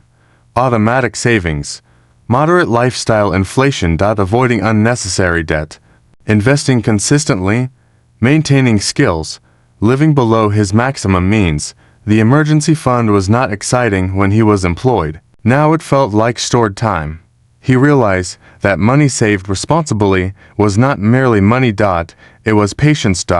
It was negotiation power. It was the ability to reject a bad offer. It was the ability to search carefully. It was the ability to handle an unexpected medical expense without immediate financial collapse. It was the ability to say yes when someone you loved needed help. That morning, Daniel wrote another principle. An emergency fund is not money doing nothing. It is freedom waiting for the moment it is needed. He decided that his financial plan would remain conservative while he searched for work. He would reduce discretionary spending without turning fear into deprivation. He would pause unnecessary purchases. He would protect his long-term investments rather than treating them as an emergency checking account. He reminded himself that the purpose of an emergency fund was precisely this: to prevent short-term problems from forcing long-term damage. Then he moved to the second task, his professional network. For years he had thought networking meant asking people for things. Now he saw it differently. Relationships were not vending machines. You could not disappear for years and suddenly appear when you needed a favor. Trust accumulated through time. Daniel had invested in relationships before he needed them. He had helped colleagues, congratulated people on promotions, recommended talented coworkers, answered questions, shared information, stayed in touch. Now he began reaching out, not with desperation, with honesty. I'm exploring my next role after a restructuring. If you hear of something aligned with my experience, I'd appreciate being considered. The responses surprised him. People remembered him. A former colleague offered an introduction. Another reviewed his resume. Someone else invited him to a professional gathering. One person simply wrote, "Sorry this happened. You've always been good at what you do. Don't disappear." Daniel read that sentence twice. Don't disappear. He realized how tempting withdrawal could be after rejection. When people feel ashamed, they hide. When they hide, opportunities disappear. Isolation can make a temporary setback feel like an identity. Daniel refused to disappear. He did not pretend everything was fine. He simply remained visible. That became another principle. Protect your dignity by staying engaged with reality. He updated his resume, but he did something different this time. He did not describe himself merely by job titles. He listed problems he could solve. Teams he had helped, processes he had improved, skills he had developed, results he had produced. He began to understand that a career was not a collection of positions. It was a collection of capabilities. A title could disappear overnight. Capabilities traveled with you. That thought gave him confidence. He spent part of each day applying for appropriate roles and part of each day developing skills. He refused to spend 8 hours refreshing job boards. That would have created the illusion of effort without necessarily creating progress. Instead, he divided his time. Applications, networking, skill development, exercise, relationships, rest. He wanted unemployment to be a transition rather than an identity that required structure. Without structure, freedom could quickly become drift. Daniel learned this within 2 weeks. The first few days had felt strangely liberating. He could wake whenever he wanted, take long walks. Cook lunch. Read. But eventually the lack of external structure began affecting him. He stayed up later, moved less, checked his phone more. His thoughts became repetitive. He would spend an hour thinking about work without actually doing anything useful. One afternoon he caught himself watching videos about other people's success. Someone had launched a company. Someone had retired early. Someone had doubled an investment. Someone had transformed their body. Someone had written a best-selling book. Daniel closed the browser. He laughed. Apparently everyone is winning except me. The thought was ridiculous, but it felt real for a moment. He recognized another danger. Comparison turns someone else's highlight into your evidence of failure. He began limiting the amount of success-oriented content he consumed, not because success was bad, because constant exposure to curated outcomes distorted his perception of ordinary life. He wanted information, not stimulation. He wanted education, not envy. He returned to his own scoreboard. Am I healthier? Am I learning? Am I financially responsible? Am I maintaining relationships? Am I moving toward meaningful work? Am I behaving according to my values? Those were better measurements. Elena was still spending significant time with her family. The situation remained difficult. Daniel wanted to support her without making her responsible for his emotional stability. So he expanded his own support system. He called Marcus. He met an old friend for lunch. He spoke with a mentor. He considered speaking with a therapist about the anxiety surrounding his career transition. The old Daniel would have considered this unnecessary. He had always wanted to solve problems privately. Now he understood that resilience was not the ability to carry every burden alone. Resilience included knowing when to distribute the weight. He thought about financial risk. If all your money depended on one source of income, losing that income could destabilize everything. Why should emotional life be different? If all your emotional support came from one person, that relationship carried an enormous burden. Friends, family, community, professional relationships, and personal practices could create a broader support structure. He wrote, "Do not build a life that depends entirely on one pillar." It applied everywhere. One employer, one investment, one relationship, one source of validation, one identity, one coping mechanism. Concentration creates fragility. Diversification creates resilience. Daniel smiled. He had accidentally turned an investment principle into a philosophy of life. He began asking where he was overconcentrated. His career identity had been concentrated in one company. His self-worth had once been concentrated in professional success. His emotional security had been concentrated in Elena's approval. His sense of masculinity had been concentrated in sexual performance. His financial confidence had been concentrated in his monthly paycheck. He wanted a broader foundation. Not because any one of those things was unimportant, because none should have the power to define everything. This changed the way he approached intimacy with Elena. He loved her, but he no longer wanted her to be responsible for proving that he was lovable. That distinction made the relationship lighter. One evening, they talked about the future. Elena was exhausted from caring for her mother. Daniel had been unemployed for several weeks. Neither knew exactly what the next year would look like. They sat together at the kitchen table. "I hate not knowing," Elena said. "I know. Do you ever wish we could just skip ahead?" "All the time," she smiled. "What would you skip to?" Daniel thought. "A place where everyone is healthy, we have enough money, we both love our work. Nothing unexpected happens." Elena laughed. "That place doesn't exist." "I know," he smiled. "Maybe that's the problem. I've spent years preparing for a life that doesn't exist." Elena looked at him. "What do you mean?" "A life where everything is predictable. If I just earn enough, save enough, exercise enough, plan enough, communicate enough, somehow nothing bad will happen." He paused. "But life doesn't work that way." "No. So maybe the goal isn't to create a perfect life. What is it?" Daniel looked at her. "To create a life we can live honestly, even when it isn't perfect." Elena reached across the table. "That sounds better." It sounded better to Daniel too. He began thinking about his old obsession with optimization. He had wanted the perfect investment allocation. The perfect workout, the perfect diet, the perfect career, the perfect relationship, the perfect sexual confidence, the perfect schedule. But perfection created a strange problem. Every deviation felt like failure. He preferred robustness now. A robust life could absorb mistakes. A robust financial plan could survive an unexpected expense. A robust relationship could survive disagreement. A robust body could recover from an occasional missed workout. A robust sense of identity could survive job loss. A robust sexual relationship could survive awkwardness. Robustness was more valuable than perfection. He began asking of every major decision, "If this goes differently than expected, can I recover?" That question improved his choices. He turned down an investment opportunity that promised unusually high returns but required money he could not comfortably lose. He declined another job that paid well but demanded constant availability. He postponed a major purchase. He kept his health insurance.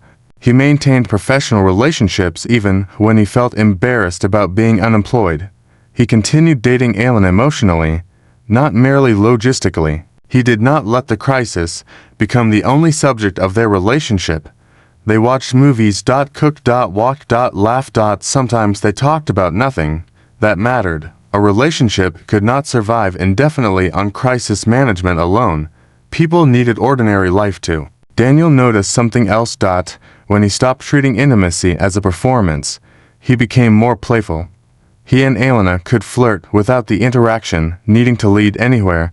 A touch could simply be a touch. A kiss could simply be affection. A conversation about sex could happen without either person feeling that an outcome was required.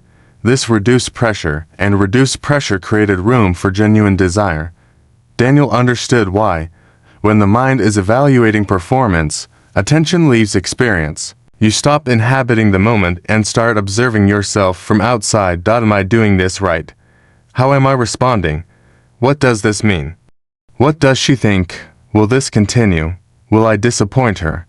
Those questions could consume the very attention needed for connection. Daniel practiced returning to the present. Not forcing sensation, not trying to manufacture desire, simply noticing what is happening now. What feels comfortable? What does my partner want? What do I want? Is there freedom to continue? Is there freedom to stop? That simplicity was powerful. He became less interested in techniques that promise guaranteed sexual outcomes. He became more interested in communication, health, emotional safety, mutual desire, and reducing unnecessary pressure. He also accepted that some concerns required professional evaluation. There was wisdom in knowing the limits of self-help. If a physical or psychological issue persisted, qualified healthcare professionals could help determine what was happening. Daniel no longer saw that as an admission of failure. He saw it as responsible problem solving. He thought about how differently he would have responded years earlier. He would have searched online late at night. Compared himself with strangers, assumed the worst, hidden the concern, then blamed himself.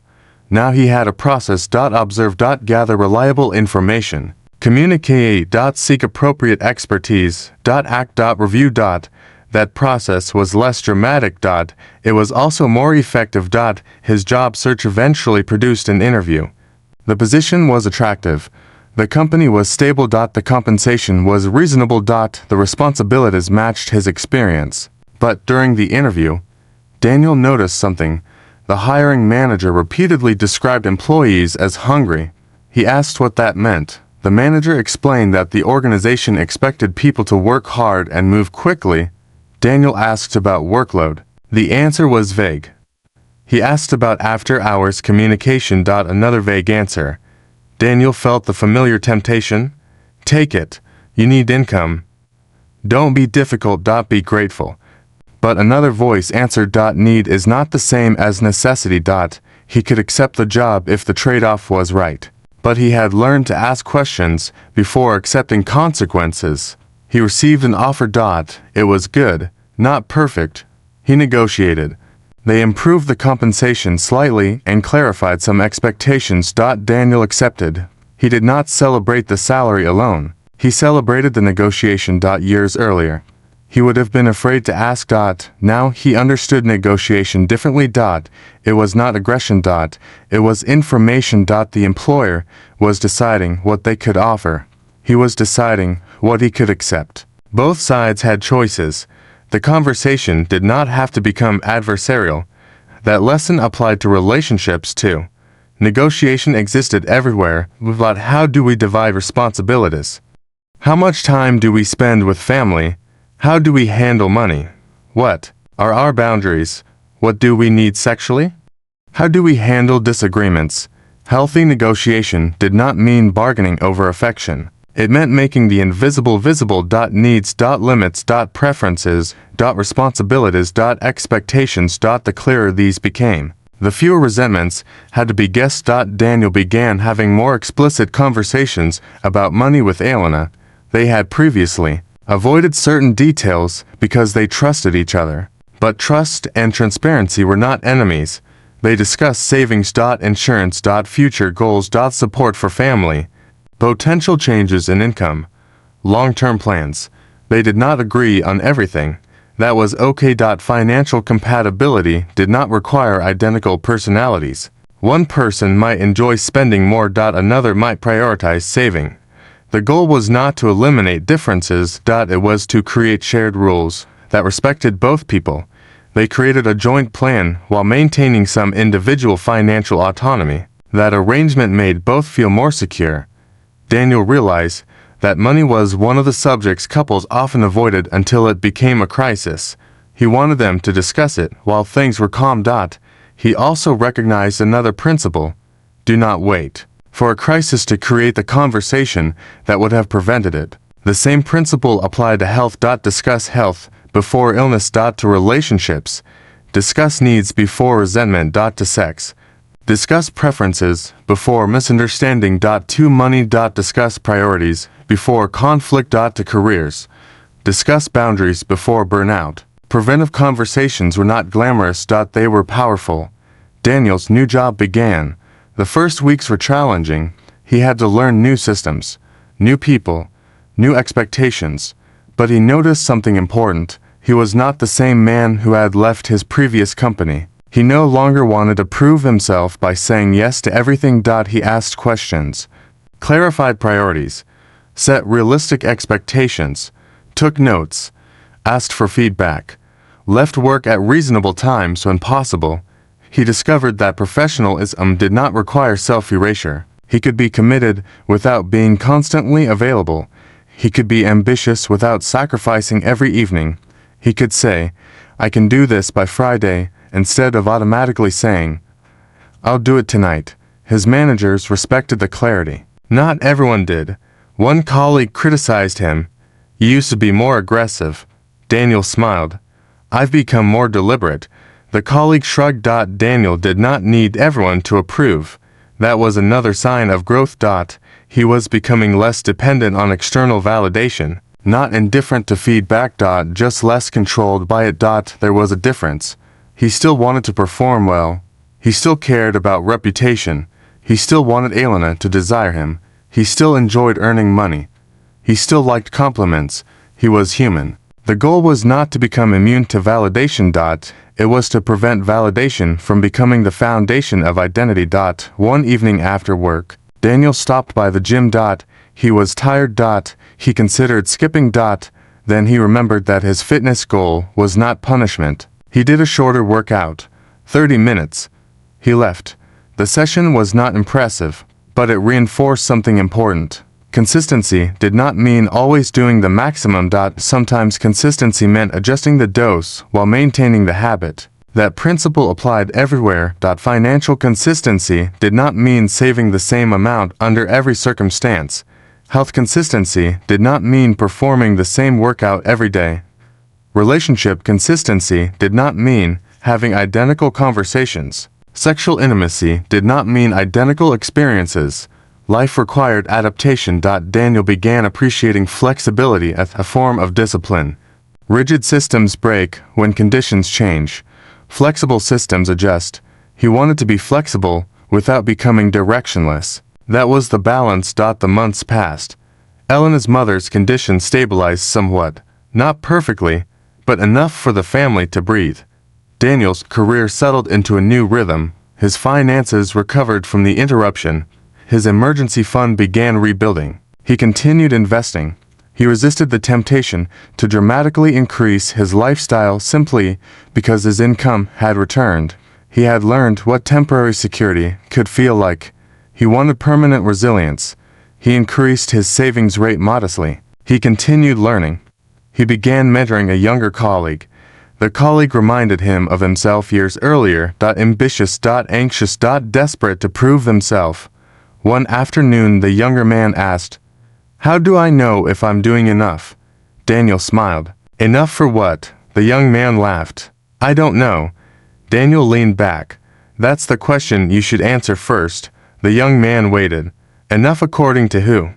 "Enough to achieve what? Enough to earn what? Enough to become what?" He paused. "If you don't define enough, someone else will define it for you." The young man nodded. Daniel remembered how long it had taken him to learn that modern culture could always sell him another target. Another car, another title. Another body standard, another sexual expectation. Another investment. Another achievement, another reason to feel behind. Enough had to be intentional. Daniel did not want complacency. He wanted direction without endless dissatisfaction. He explained his financial philosophy. Increase your earning power. Control unnecessary obligations. Build reserves. Invest for the long term according to your goals. Protect yourself from catastrophic risk. And don't let the pursuit of financial freedom consume the freedom you're trying to create. The younger man smiled. That's harder than just making more money. Much harder, but better. Daniel nodded. Double quotes much better. He thought about how many years he had spent believing that wealth was a number. Now he understood that wealth was partly a relationship with time. If you had enough resources to make choices without immediate desperation, you possessed a kind of wealth. If you could take a day off without panic, that mattered. If you could leave an unhealthy workplace, that mattered. If you could help a parent, partner, or friend during difficulty, that mattered. If you could invest in learning, that mattered. If you could say no to something that violated your values, that mattered. Money was powerful because it could create these choices, but money could also destroy them when pursued without limits. Daniel had learned to ask, "What is this purchase buying me?" Sometimes it bought comfort, sometimes convenience, sometimes status. Sometimes experience, sometimes nothing meaningful. He did not judge himself for wanting things. He simply wanted to understand the transaction. The same question worked with career ambition. What is this promotion buying me? More income, more responsibility, more influence, less time, more stress, more opportunity. The same with social status. What is this approval buying me? Connection, or temporary relief from insecurity. The same with sexual validation. What am I trying to prove? That I am attractive, that I am masculine, that I am wanted, or am I simply experiencing desire and connection? These questions did not eliminate desire. They purified it. Daniel was discovering that awareness did not reduce pleasure. It often increased it. When he was not busy proving something, he could actually experience something. When he was not worried about appearing successful, he could enjoy a quiet evening. When he was not monitoring every investment movement, he could live. When he was not trying to be the perfect partner, he could love. When he was not trying to demonstrate sexual competence, he could be present. That was perhaps the deepest form of freedom he had discovered. Presence. Not because the present was always pleasant. Sometimes the present contained grief, sometimes uncertainty, sometimes boredom, sometimes disappointment, but presence meant actually living the moment instead of spending it rehearsing another one. One Saturday, Daniel and Elena took a long walk without their phones. They talked about the future, retirement, travel, family, health, a home they might someday want, places they wanted to see, things they wanted to learn. They did not make a perfect plan. They made a list of possibilities. Daniel liked possibilities. Plans could become rigid. Possibilities remained alive. As they walked, Elena asked, "Do you think you're happier now?" Daniel thought about it. "Yes, because things are better." "Some things? What else?" He looked at her. "I think I'm happier because I don't need everything to be perfect before I allow myself to feel okay." Elena smiled. That sentence stayed with him. He realized happiness had once been conditional. I'll be happy when I earn more, when I look better, when work is secure, when the relationship is perfect, when sex is effortless, when my investments reach a certain number, when everyone is healthy. When the future is certain. There was always another condition. Now he could enjoy a good morning even when some problems remained. He could be grateful and ambitious, peaceful and dissatisfied with certain things, hopeful and afraid. The coexistence no longer confused him. He had stopped waiting for life to become completely safe before participating in it. Daniel understood that life was not a problem to solve before it could be lived. It was something to participate in while solving what could be solved. That distinction changed everything. He became more patient with himself, more patient with Elena, more patient with his body, more patient with his career, more patient with money. Patience did not mean passivity. It meant understanding that some valuable outcomes require time. Compounding requires time. Trust requires time. Fitness requires time. Skill requires time. Healing requires time. Financial independence requires time. Intimacy requires time. Daniel no longer demanded immediate evidence that every effort was working. He could plant something and wait. That was a skill. One evening, while reviewing his finances, he noticed that his net worth had grown significantly compared with several years earlier. He felt proud, but the number no longer felt like a verdict. He closed the spreadsheet. He looked around the room. Elena was reading. The apartment was quiet. They had food in the kitchen. Their bills were manageable. His health was good. Their relationship was strong. His career was moving. His savings were growing. There were still problems. There would always be problems, but there was also enough. Daniel smiled. He understood now that financial freedom was not a moment when a magical number appeared and all anxiety disappeared. It was a gradual reduction in the number of decisions fear could make for you. That was freedom, and he wanted to keep building it, not just for himself, for the people he loved, for the future version of himself who would eventually need more time and perhaps less income, for the younger version of himself who had been terrified of not being enough, for the older version of himself who would one day look back and ask what he had done with the years. Daniel wanted the answer to be simple. I lived them. I learned. I loved. I took responsibility. I made mistakes. I repaired what I could. I protected what mattered. I let go of what did not. I kept growing.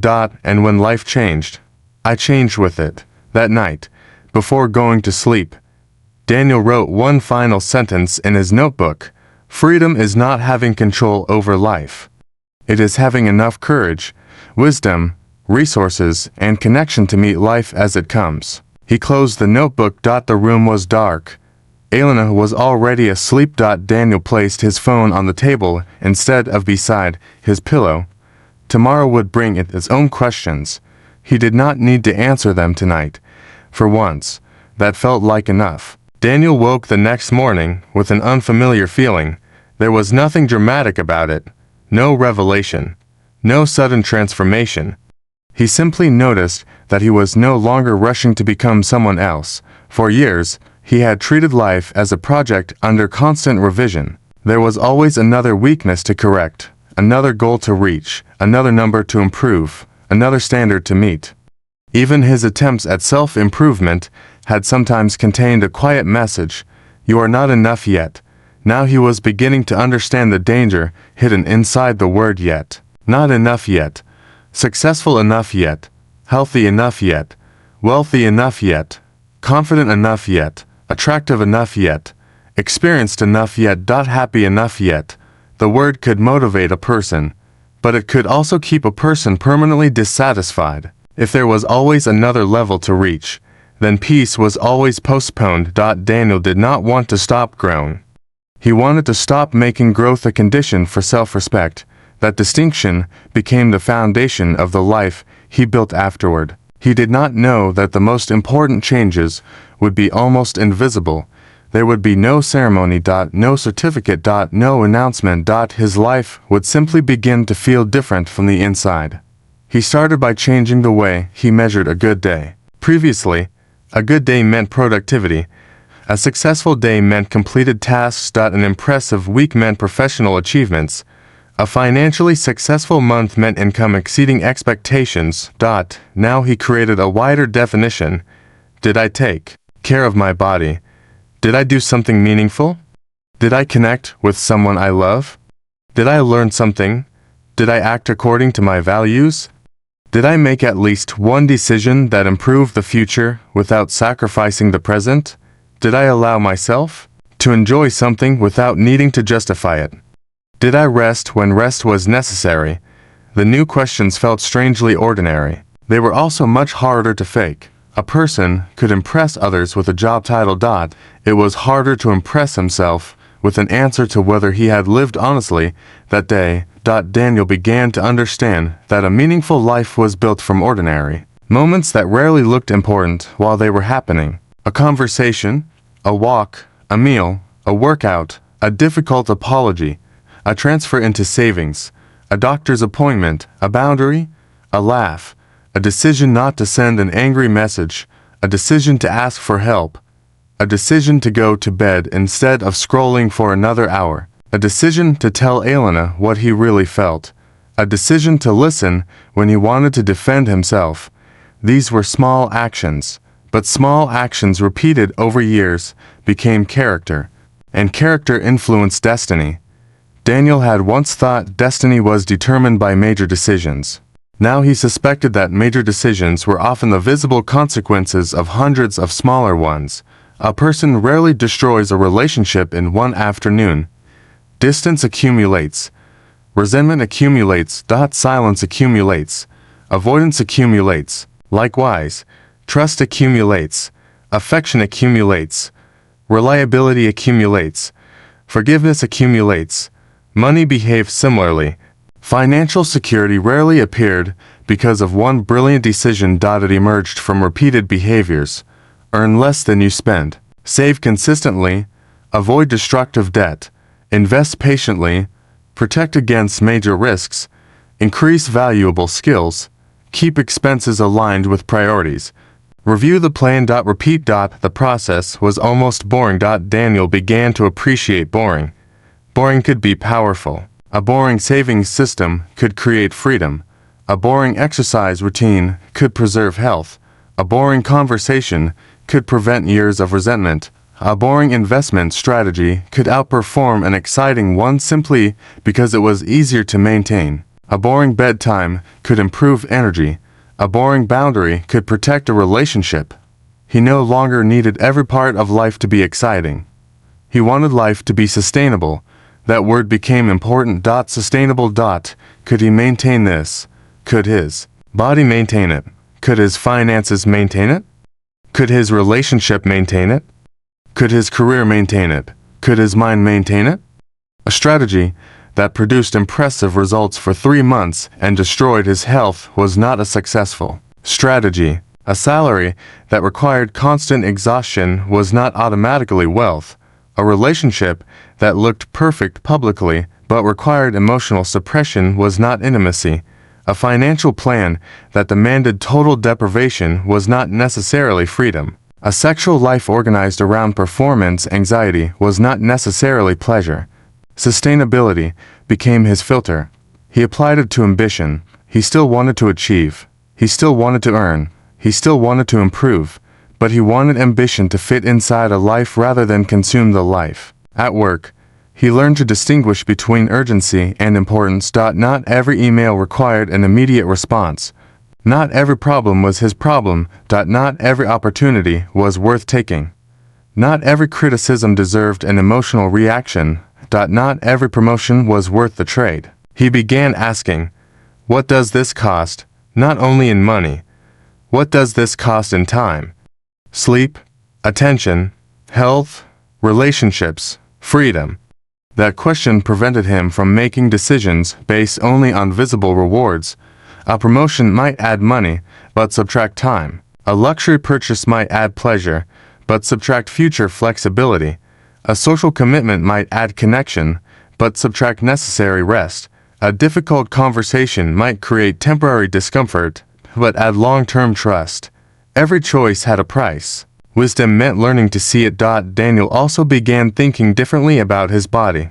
He had once viewed his body primarily something to improve. Now he saw it as something to inhabit. That sounded like a small change. It was not.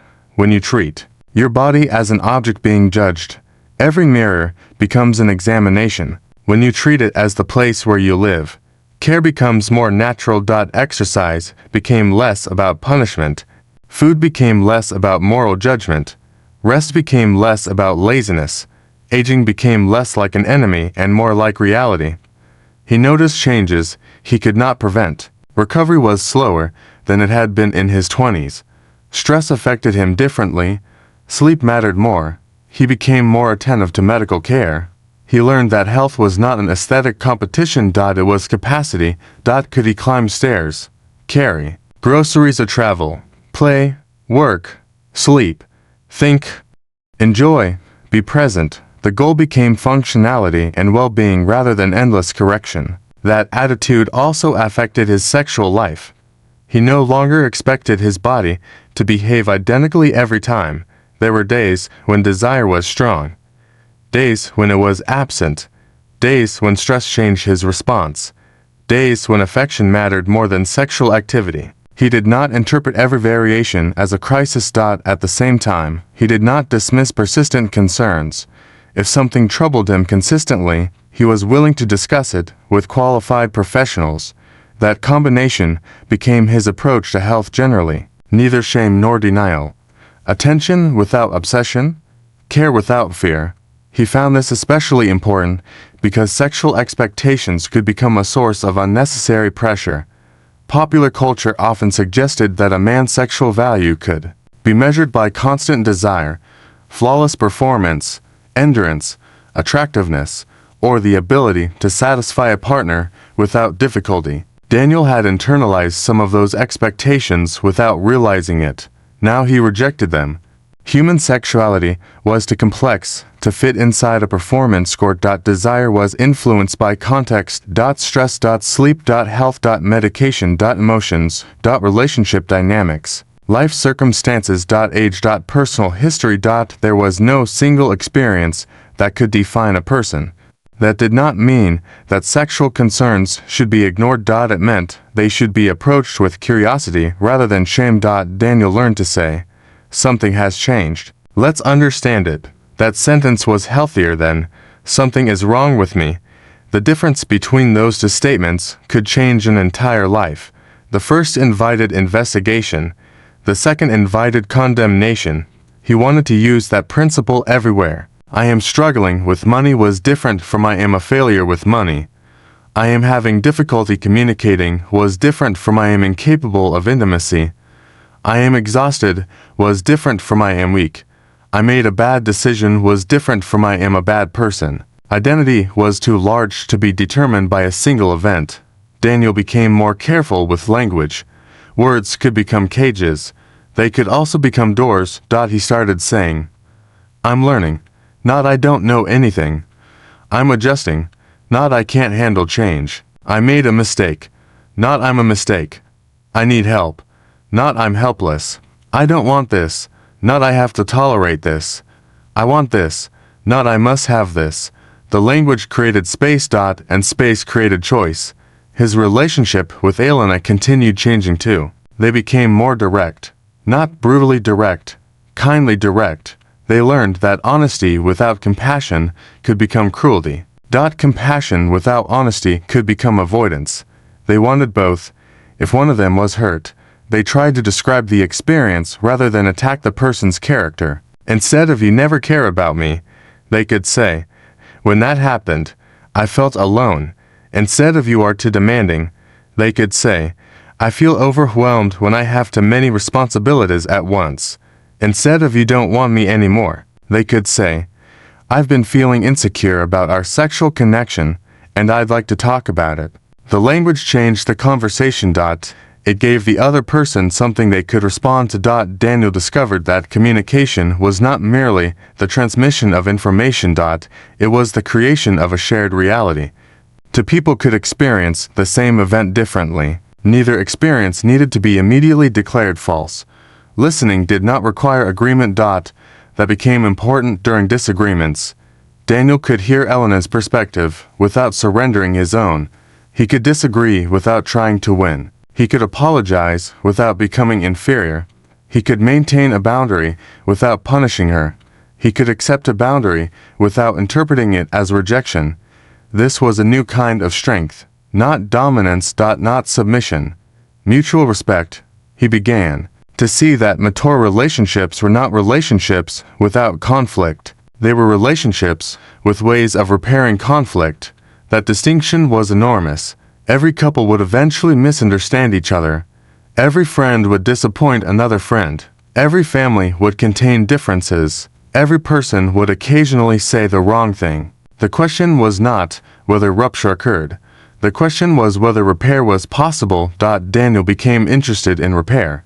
A sincere apology, a clarification, a change in behavior, a willingness to revisit the conversation, a willingness to accept that forgiveness did not always mean forgetting. Sometimes repair required consequences. Sometimes it required distance. Sometimes it required professional help.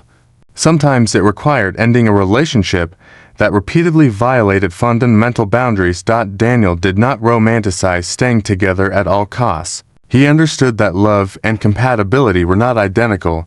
A person could love someone and still recognize that a relationship was unhealthy.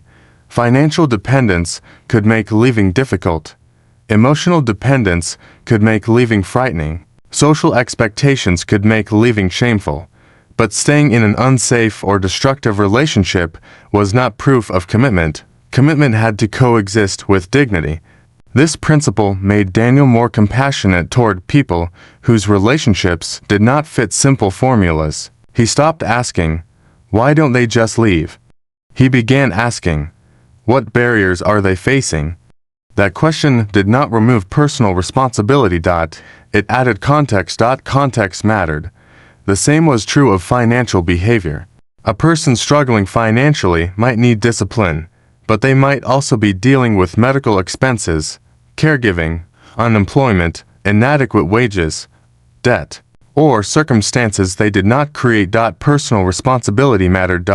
So did structural reality. Daniel became less interested in simplistic explanations. Life was rarely one variable. That realization made him more humble. He could control some things. He could influence others. Some things were beyond him. His responsibility was to know the difference. He wrote 3 categories in his notebook. Control, influence, acceptance. Control included his spending, effort, communication, routines, boundaries, and whether he sought help. Influence included workplace relationships, negotiations, family dynamics, and many aspects of health. Acceptance included the past, other people's choices, aging, uncertainty, and the fact that life contained loss. He began asking himself which category a problem belonged to. If something was controllable, act. If something was influenceable, communicate and participate. If something was uncontrollable, stop wasting energy pretending otherwise. This did not mean passive acceptance. Acceptance was not approval. It was recognition. You cannot change what happened yesterday, but you can decide what you do with it today. Daniel found this particularly powerful when remembering his younger self. He had regrets, relationships he had mishandled, opportunities he had avoided, money he had wasted, conversations he had postponed, years spent worrying about things that never happened. He could not recover those years, but he could stop wasting additional years regretting them. He began asking, what did that experience teach me? Sometimes the answer was painful, sometimes useful, sometimes both. He learned to turn regret into information. Not every mistake needed to become a permanent identity. A mistake could become tuition. He liked that metaphor. Education has a cost. Some lessons are expensive. The goal is not to pretend the cost was pleasant. The goal is to learn enough that you do not keep paying for the same lesson. That principle applied to money. If he lost money because of an impulsive decision, he studied what led to it. Was there inadequate research? Was he chasing excitement? Was he afraid of missing out? Had he invested money he could not afford to lose? The answer became a lesson. It applied to relationships. If he became defensive, he asked why.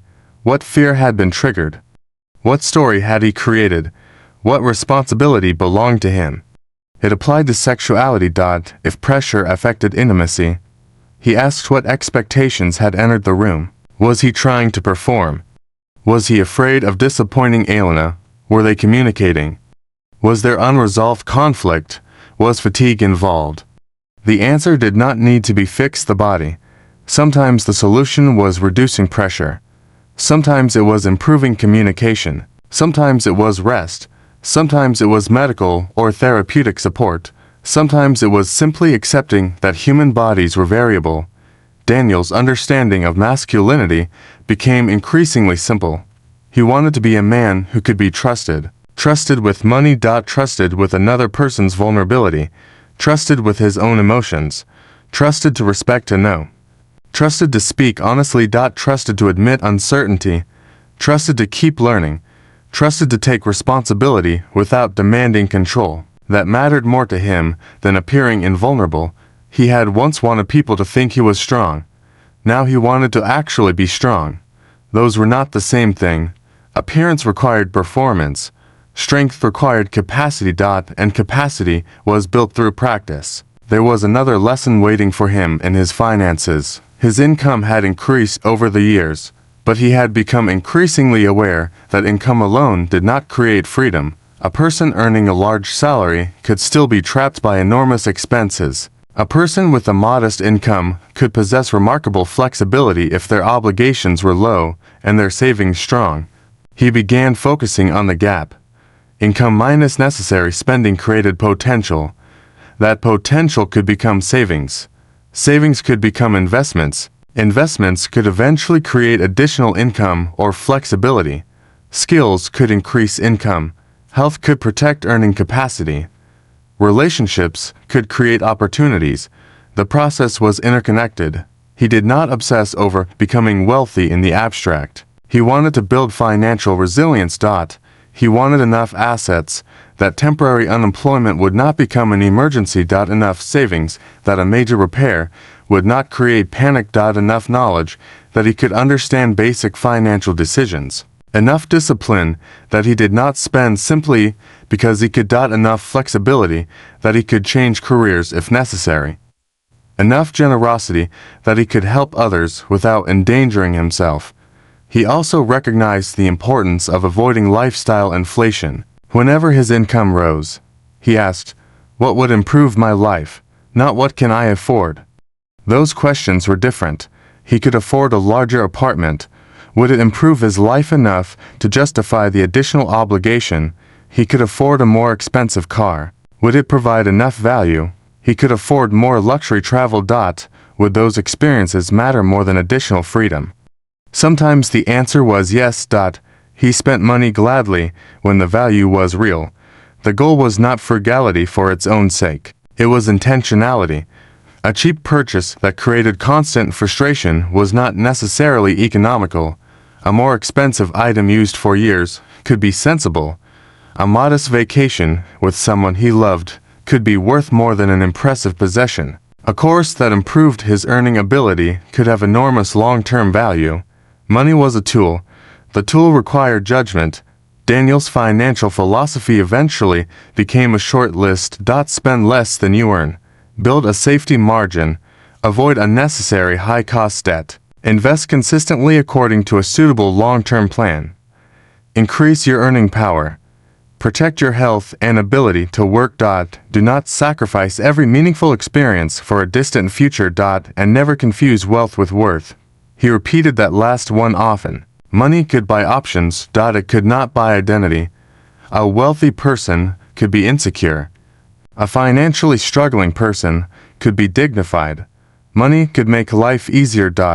It could not guarantee meaning. That realization protected him from a trap he had nearly fallen into years earlier. He had once believed financial freedom meant reaching a number large enough that he would never worry again. Now he understood that anxiety could adapt to any number. A person with 10,000 could worry about 20. A person with 1,000,000 could worry about 2. A person with 10 million could worry about losing 9. If the internal definition of safety depended entirely on accumulation, there might never be enough. The solution was not to reject money. It was to combine financial planning with psychological maturity. Money could reduce certain risks. It could not eliminate uncertainty. That was okay. Daniel wanted enough money to make uncertainty manageable. Not impossible. Manageable. This became his definition of freedom. He also began giving more, not recklessly. He first protected his own essential responsibilities, but once he had a stable foundation, he discovered that generosity created a kind of wealth that spreadsheets could not capture. Helping a friend, supporting a family member, contributing to a meaningful cause, mentoring someone younger, offering time, giving knowledge.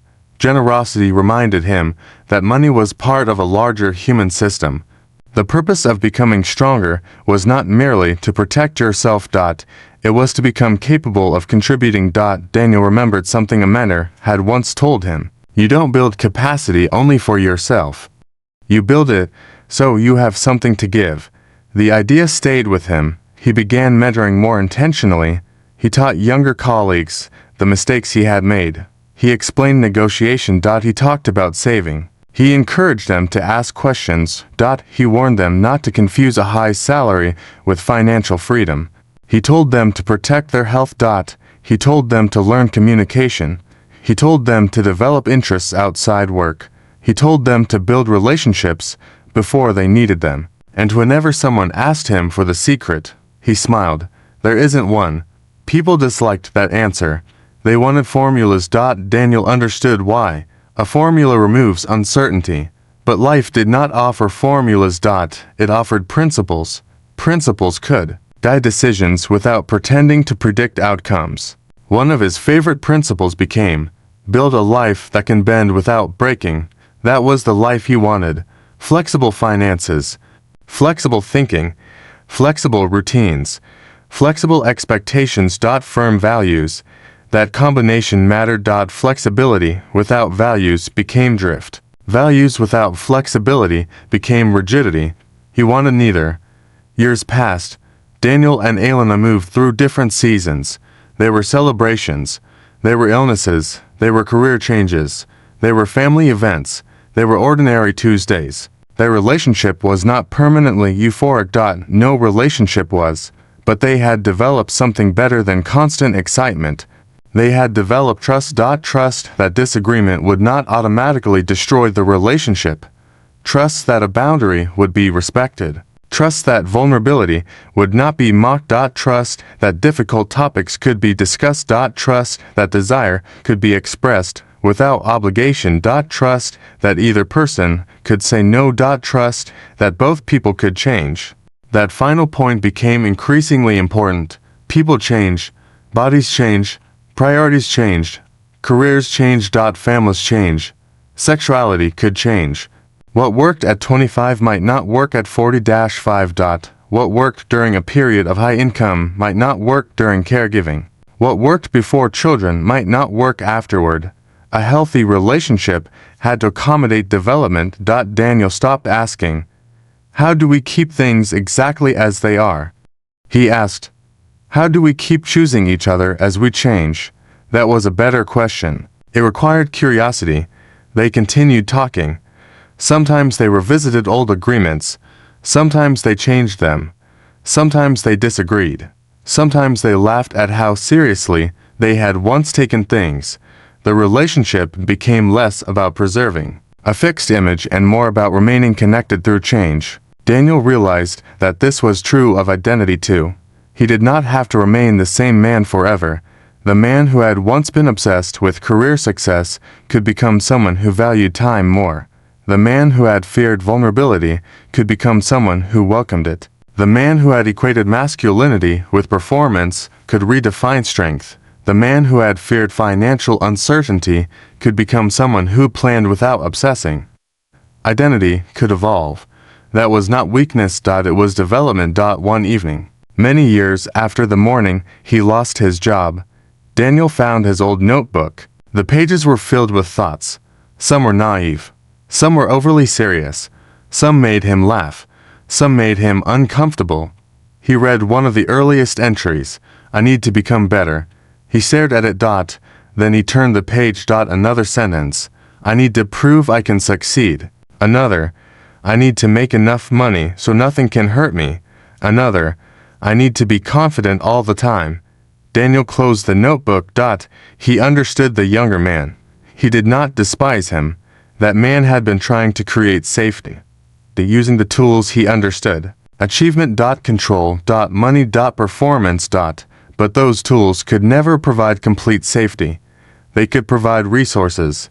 They could not provide certainty. Daniel opened the notebook again. On the final blank page, he wrote, "I don't need to become invulnerable. I need to become capable."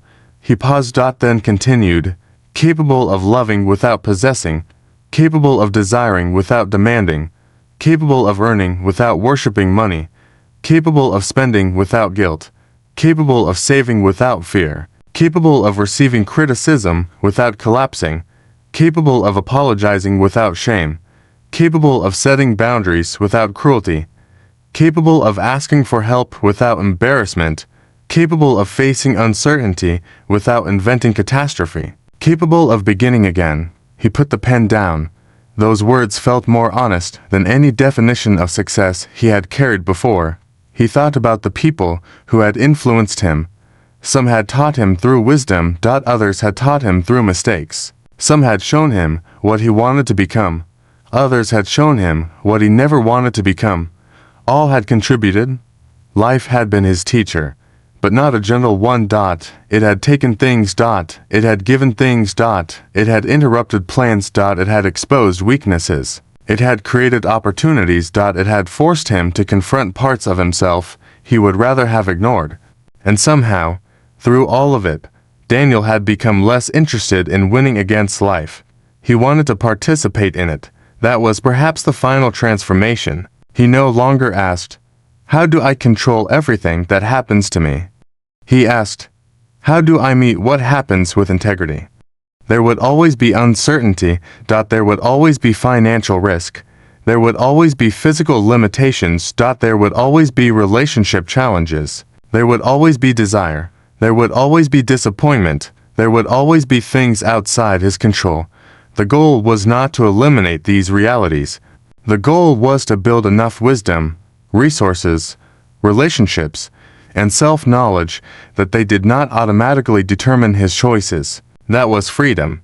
Not unlimited money. Not perfect health. Not constant sexual confidence. Not a flawless relationship. Not a permanent career. Freedom was the growing ability to choose your response. Daniel understood now why so many people felt trapped even when they possessed opportunities. They had never learned to distinguish desire from necessity. They had never examined the expectations they inherited. They had never asked how much was enough. They had never learned to sit with discomfort. They had never developed the language for difficult conversations. They had never built financial margins. They had never practiced saying no. They had never allowed themselves to be imperfect. And so the invisible pressures accumulated. More, faster, better, younger, richer, stronger, more desirable, more successful, more impressive. Daniel no longer wanted to live according to an invisible scoreboard. He wanted to know what he valued. Then he wanted his calendar, money, body, relationships, and attention to reflect those values. That was the real test. Values written on paper were easy. Values practiced when they cost something were different. If he valued family, he had to protect time. If he valued health, he had to sleep. If he valued financial freedom, he had to resist unnecessary lifestyle inflation. If he valued intimacy, he had to communicate. If he valued honesty, he had to risk uncomfortable conversations. If he valued autonomy, he had to maintain boundaries. If he valued growth, he had to remain teachable. The life he wanted was not created by declaring what mattered. It was created by repeatedly paying the price of what mattered. Daniel accepted that now. He also accepted that he would fail sometimes. He would overspend. He would become impatient. He would misunderstand Elena. He would make mistakes at work. He would neglect exercise. He would worry unnecessarily. He would occasionally react instead of respond. He would have days when old patterns returned. The difference was that he no longer treated a relapse into an old habit as proof that growth had failed. He could notice. Repair. Return. Begin again. That word had become sacred to him. Begin again. After a bad financial decision. Begin again. After an argument. Begin again. After an unhealthy week. Begin again. After disappointment. Begin again. After fear. Begin again. Life did not require perfection. It required participation. One autumn evening, Daniel and Elena sat outside their home. The air was cool. The neighborhood was quiet. They had finished dinner. There was no major event. No achievement. No crisis. Just an ordinary evening. Elena leaned against him. Daniel looked at the sky. Do you remember when I thought I'd finally feel secure once I had enough money? Elena smiled. Yes. I was wrong. Are you secure now? Daniel thought. More. She waited, but not because nothing can go wrong. He looked at her. Because I know we can respond. Elena smiled. That's probably better. Daniel nodded. It was better. He finally understood. That security did not come from eliminating every possible threat. It came from developing capacity. Savings. Skills. Health. Relationships. Knowledge. Boundaries. Emotional awareness. Adaptability. And the humility to ask for help. Those were forms of capital too. Not all capital appeared on a balance sheet. Some of it lived in the body. Some in the mind. Some in friendships. Some in reputation. Some in trust. Some in experience. Some in the ability to remain calm when circumstances changed.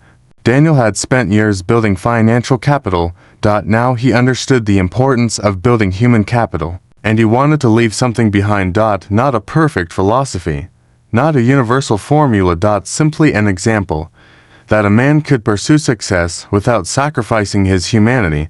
that he could care about money without making money his identity, that he could value sexuality without reducing himself or anyone else to performance, that he could be ambitious without being consumed by ambition, that he could be vulnerable without surrendering responsibility, that he could be strong without becoming controlling, that he could love without possession, that he could say no without hatred, that he could ask for help without shame, that he could change. He thought about all the people who are still struggling with the same invisible questions he had struggled with. Am I enough? Am I successful enough? Am I attractive enough? Am I sexually capable enough? Do I earn enough? Do people respect me? What if I fail? What if I lose everything? What if someone leaves? What if my body changes? What if I cannot control what happens next? Daniel wished he could sit beside every one of them and offer the answer he had finally learned. You do not need to become invulnerable. You need to become capable. Build your resources. Know your body. Learn your mind. Communicate. Protect your boundaries. Respect other people's boundaries. Save. Invest. Increase your skills. Take care of your health. Do not confuse desire with necessity. Do not confuse money with worth. Do not confuse performance with intimacy. Do not confuse control with strength. And do not wait for certainty before living. Life will not become perfectly predictable. It will become something else. It will become more navigable. You will learn. You will adapt. You will recover. You will discover that some things you feared were survivable. Some things you thought you needed were unnecessary. Some things you took for granted were precious. Some goals you chased were borrowed from other people. Some failures redirected you toward a better life. Some uncomfortable conversations created deeper intimacy. Some financial sacrifices bought freedom. Some moments of vulnerability created strength. Some moments of saying no protected your future. And some ordinary evenings became the memories you valued most. Daniel looked at Elena. She was smiling at something on her phone. He reached for her hand. She took it without looking up. Nothing extraordinary happened. And that was the point. The extraordinary life he had once imagined was not a life without ordinary moments. It was a life in which ordinary moments were no longer overlooked.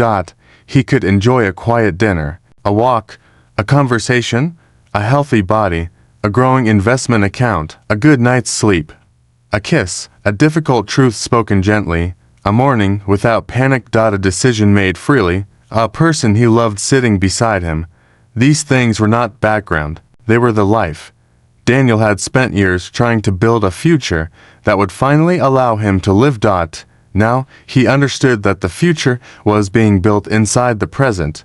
Every dollar saved was part of it. Every honest conversation was part of it. Every healthy habit was part of it. Every boundary was part of it. Every act of courage was part of it. Every moment of connection was part of it. The future was not waiting somewhere ahead. It was accumulating quietly underneath today's decisions. That realization made him more careful and more peaceful. He did not need to rush. He needed to remain awake. He needed to notice where his choices were taking him. He needed to correct course when necessary. He needed to remember what mattered. And when he inevitably forgot, he needed to begin again. The final lesson was perhaps the simplest. A good life was not built by becoming everything. It was built by becoming responsible for what mattered. Daniel no longer wanted to win every argument. He wanted to preserve trust. He no longer wanted to maximize every dollar. He wanted enough resources to live with choice. He no longer wanted to prove himself through sexuality. He wanted intimacy built on freedom, communication, respect, and genuine desire. He no longer wanted to appear fearless.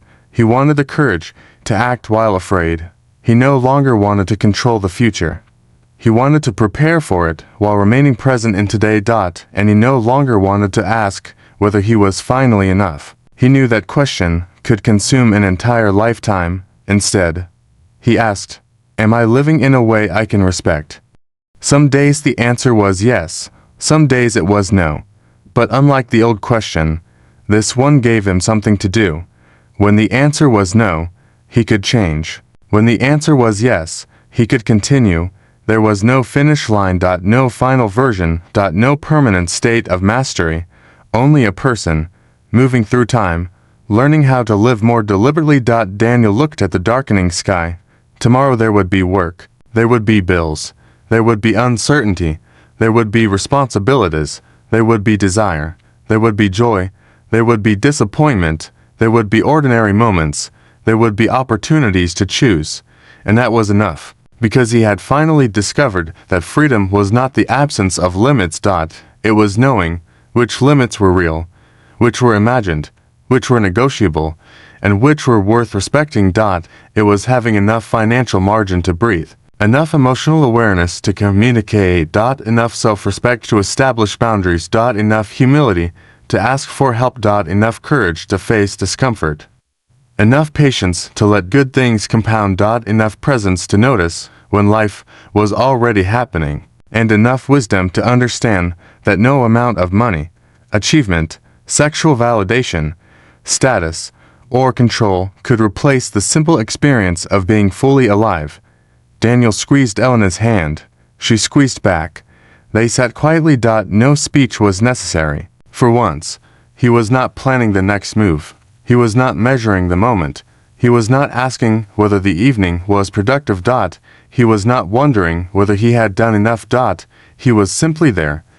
And at all those years of searching, proving, saving, improving, controlling, comparing, and preparing, Daniel finally understood something that had been waiting for him in the simplest place imaginable. The life he had been trying so hard to earn was already unfolding. He only had to learn how to live it.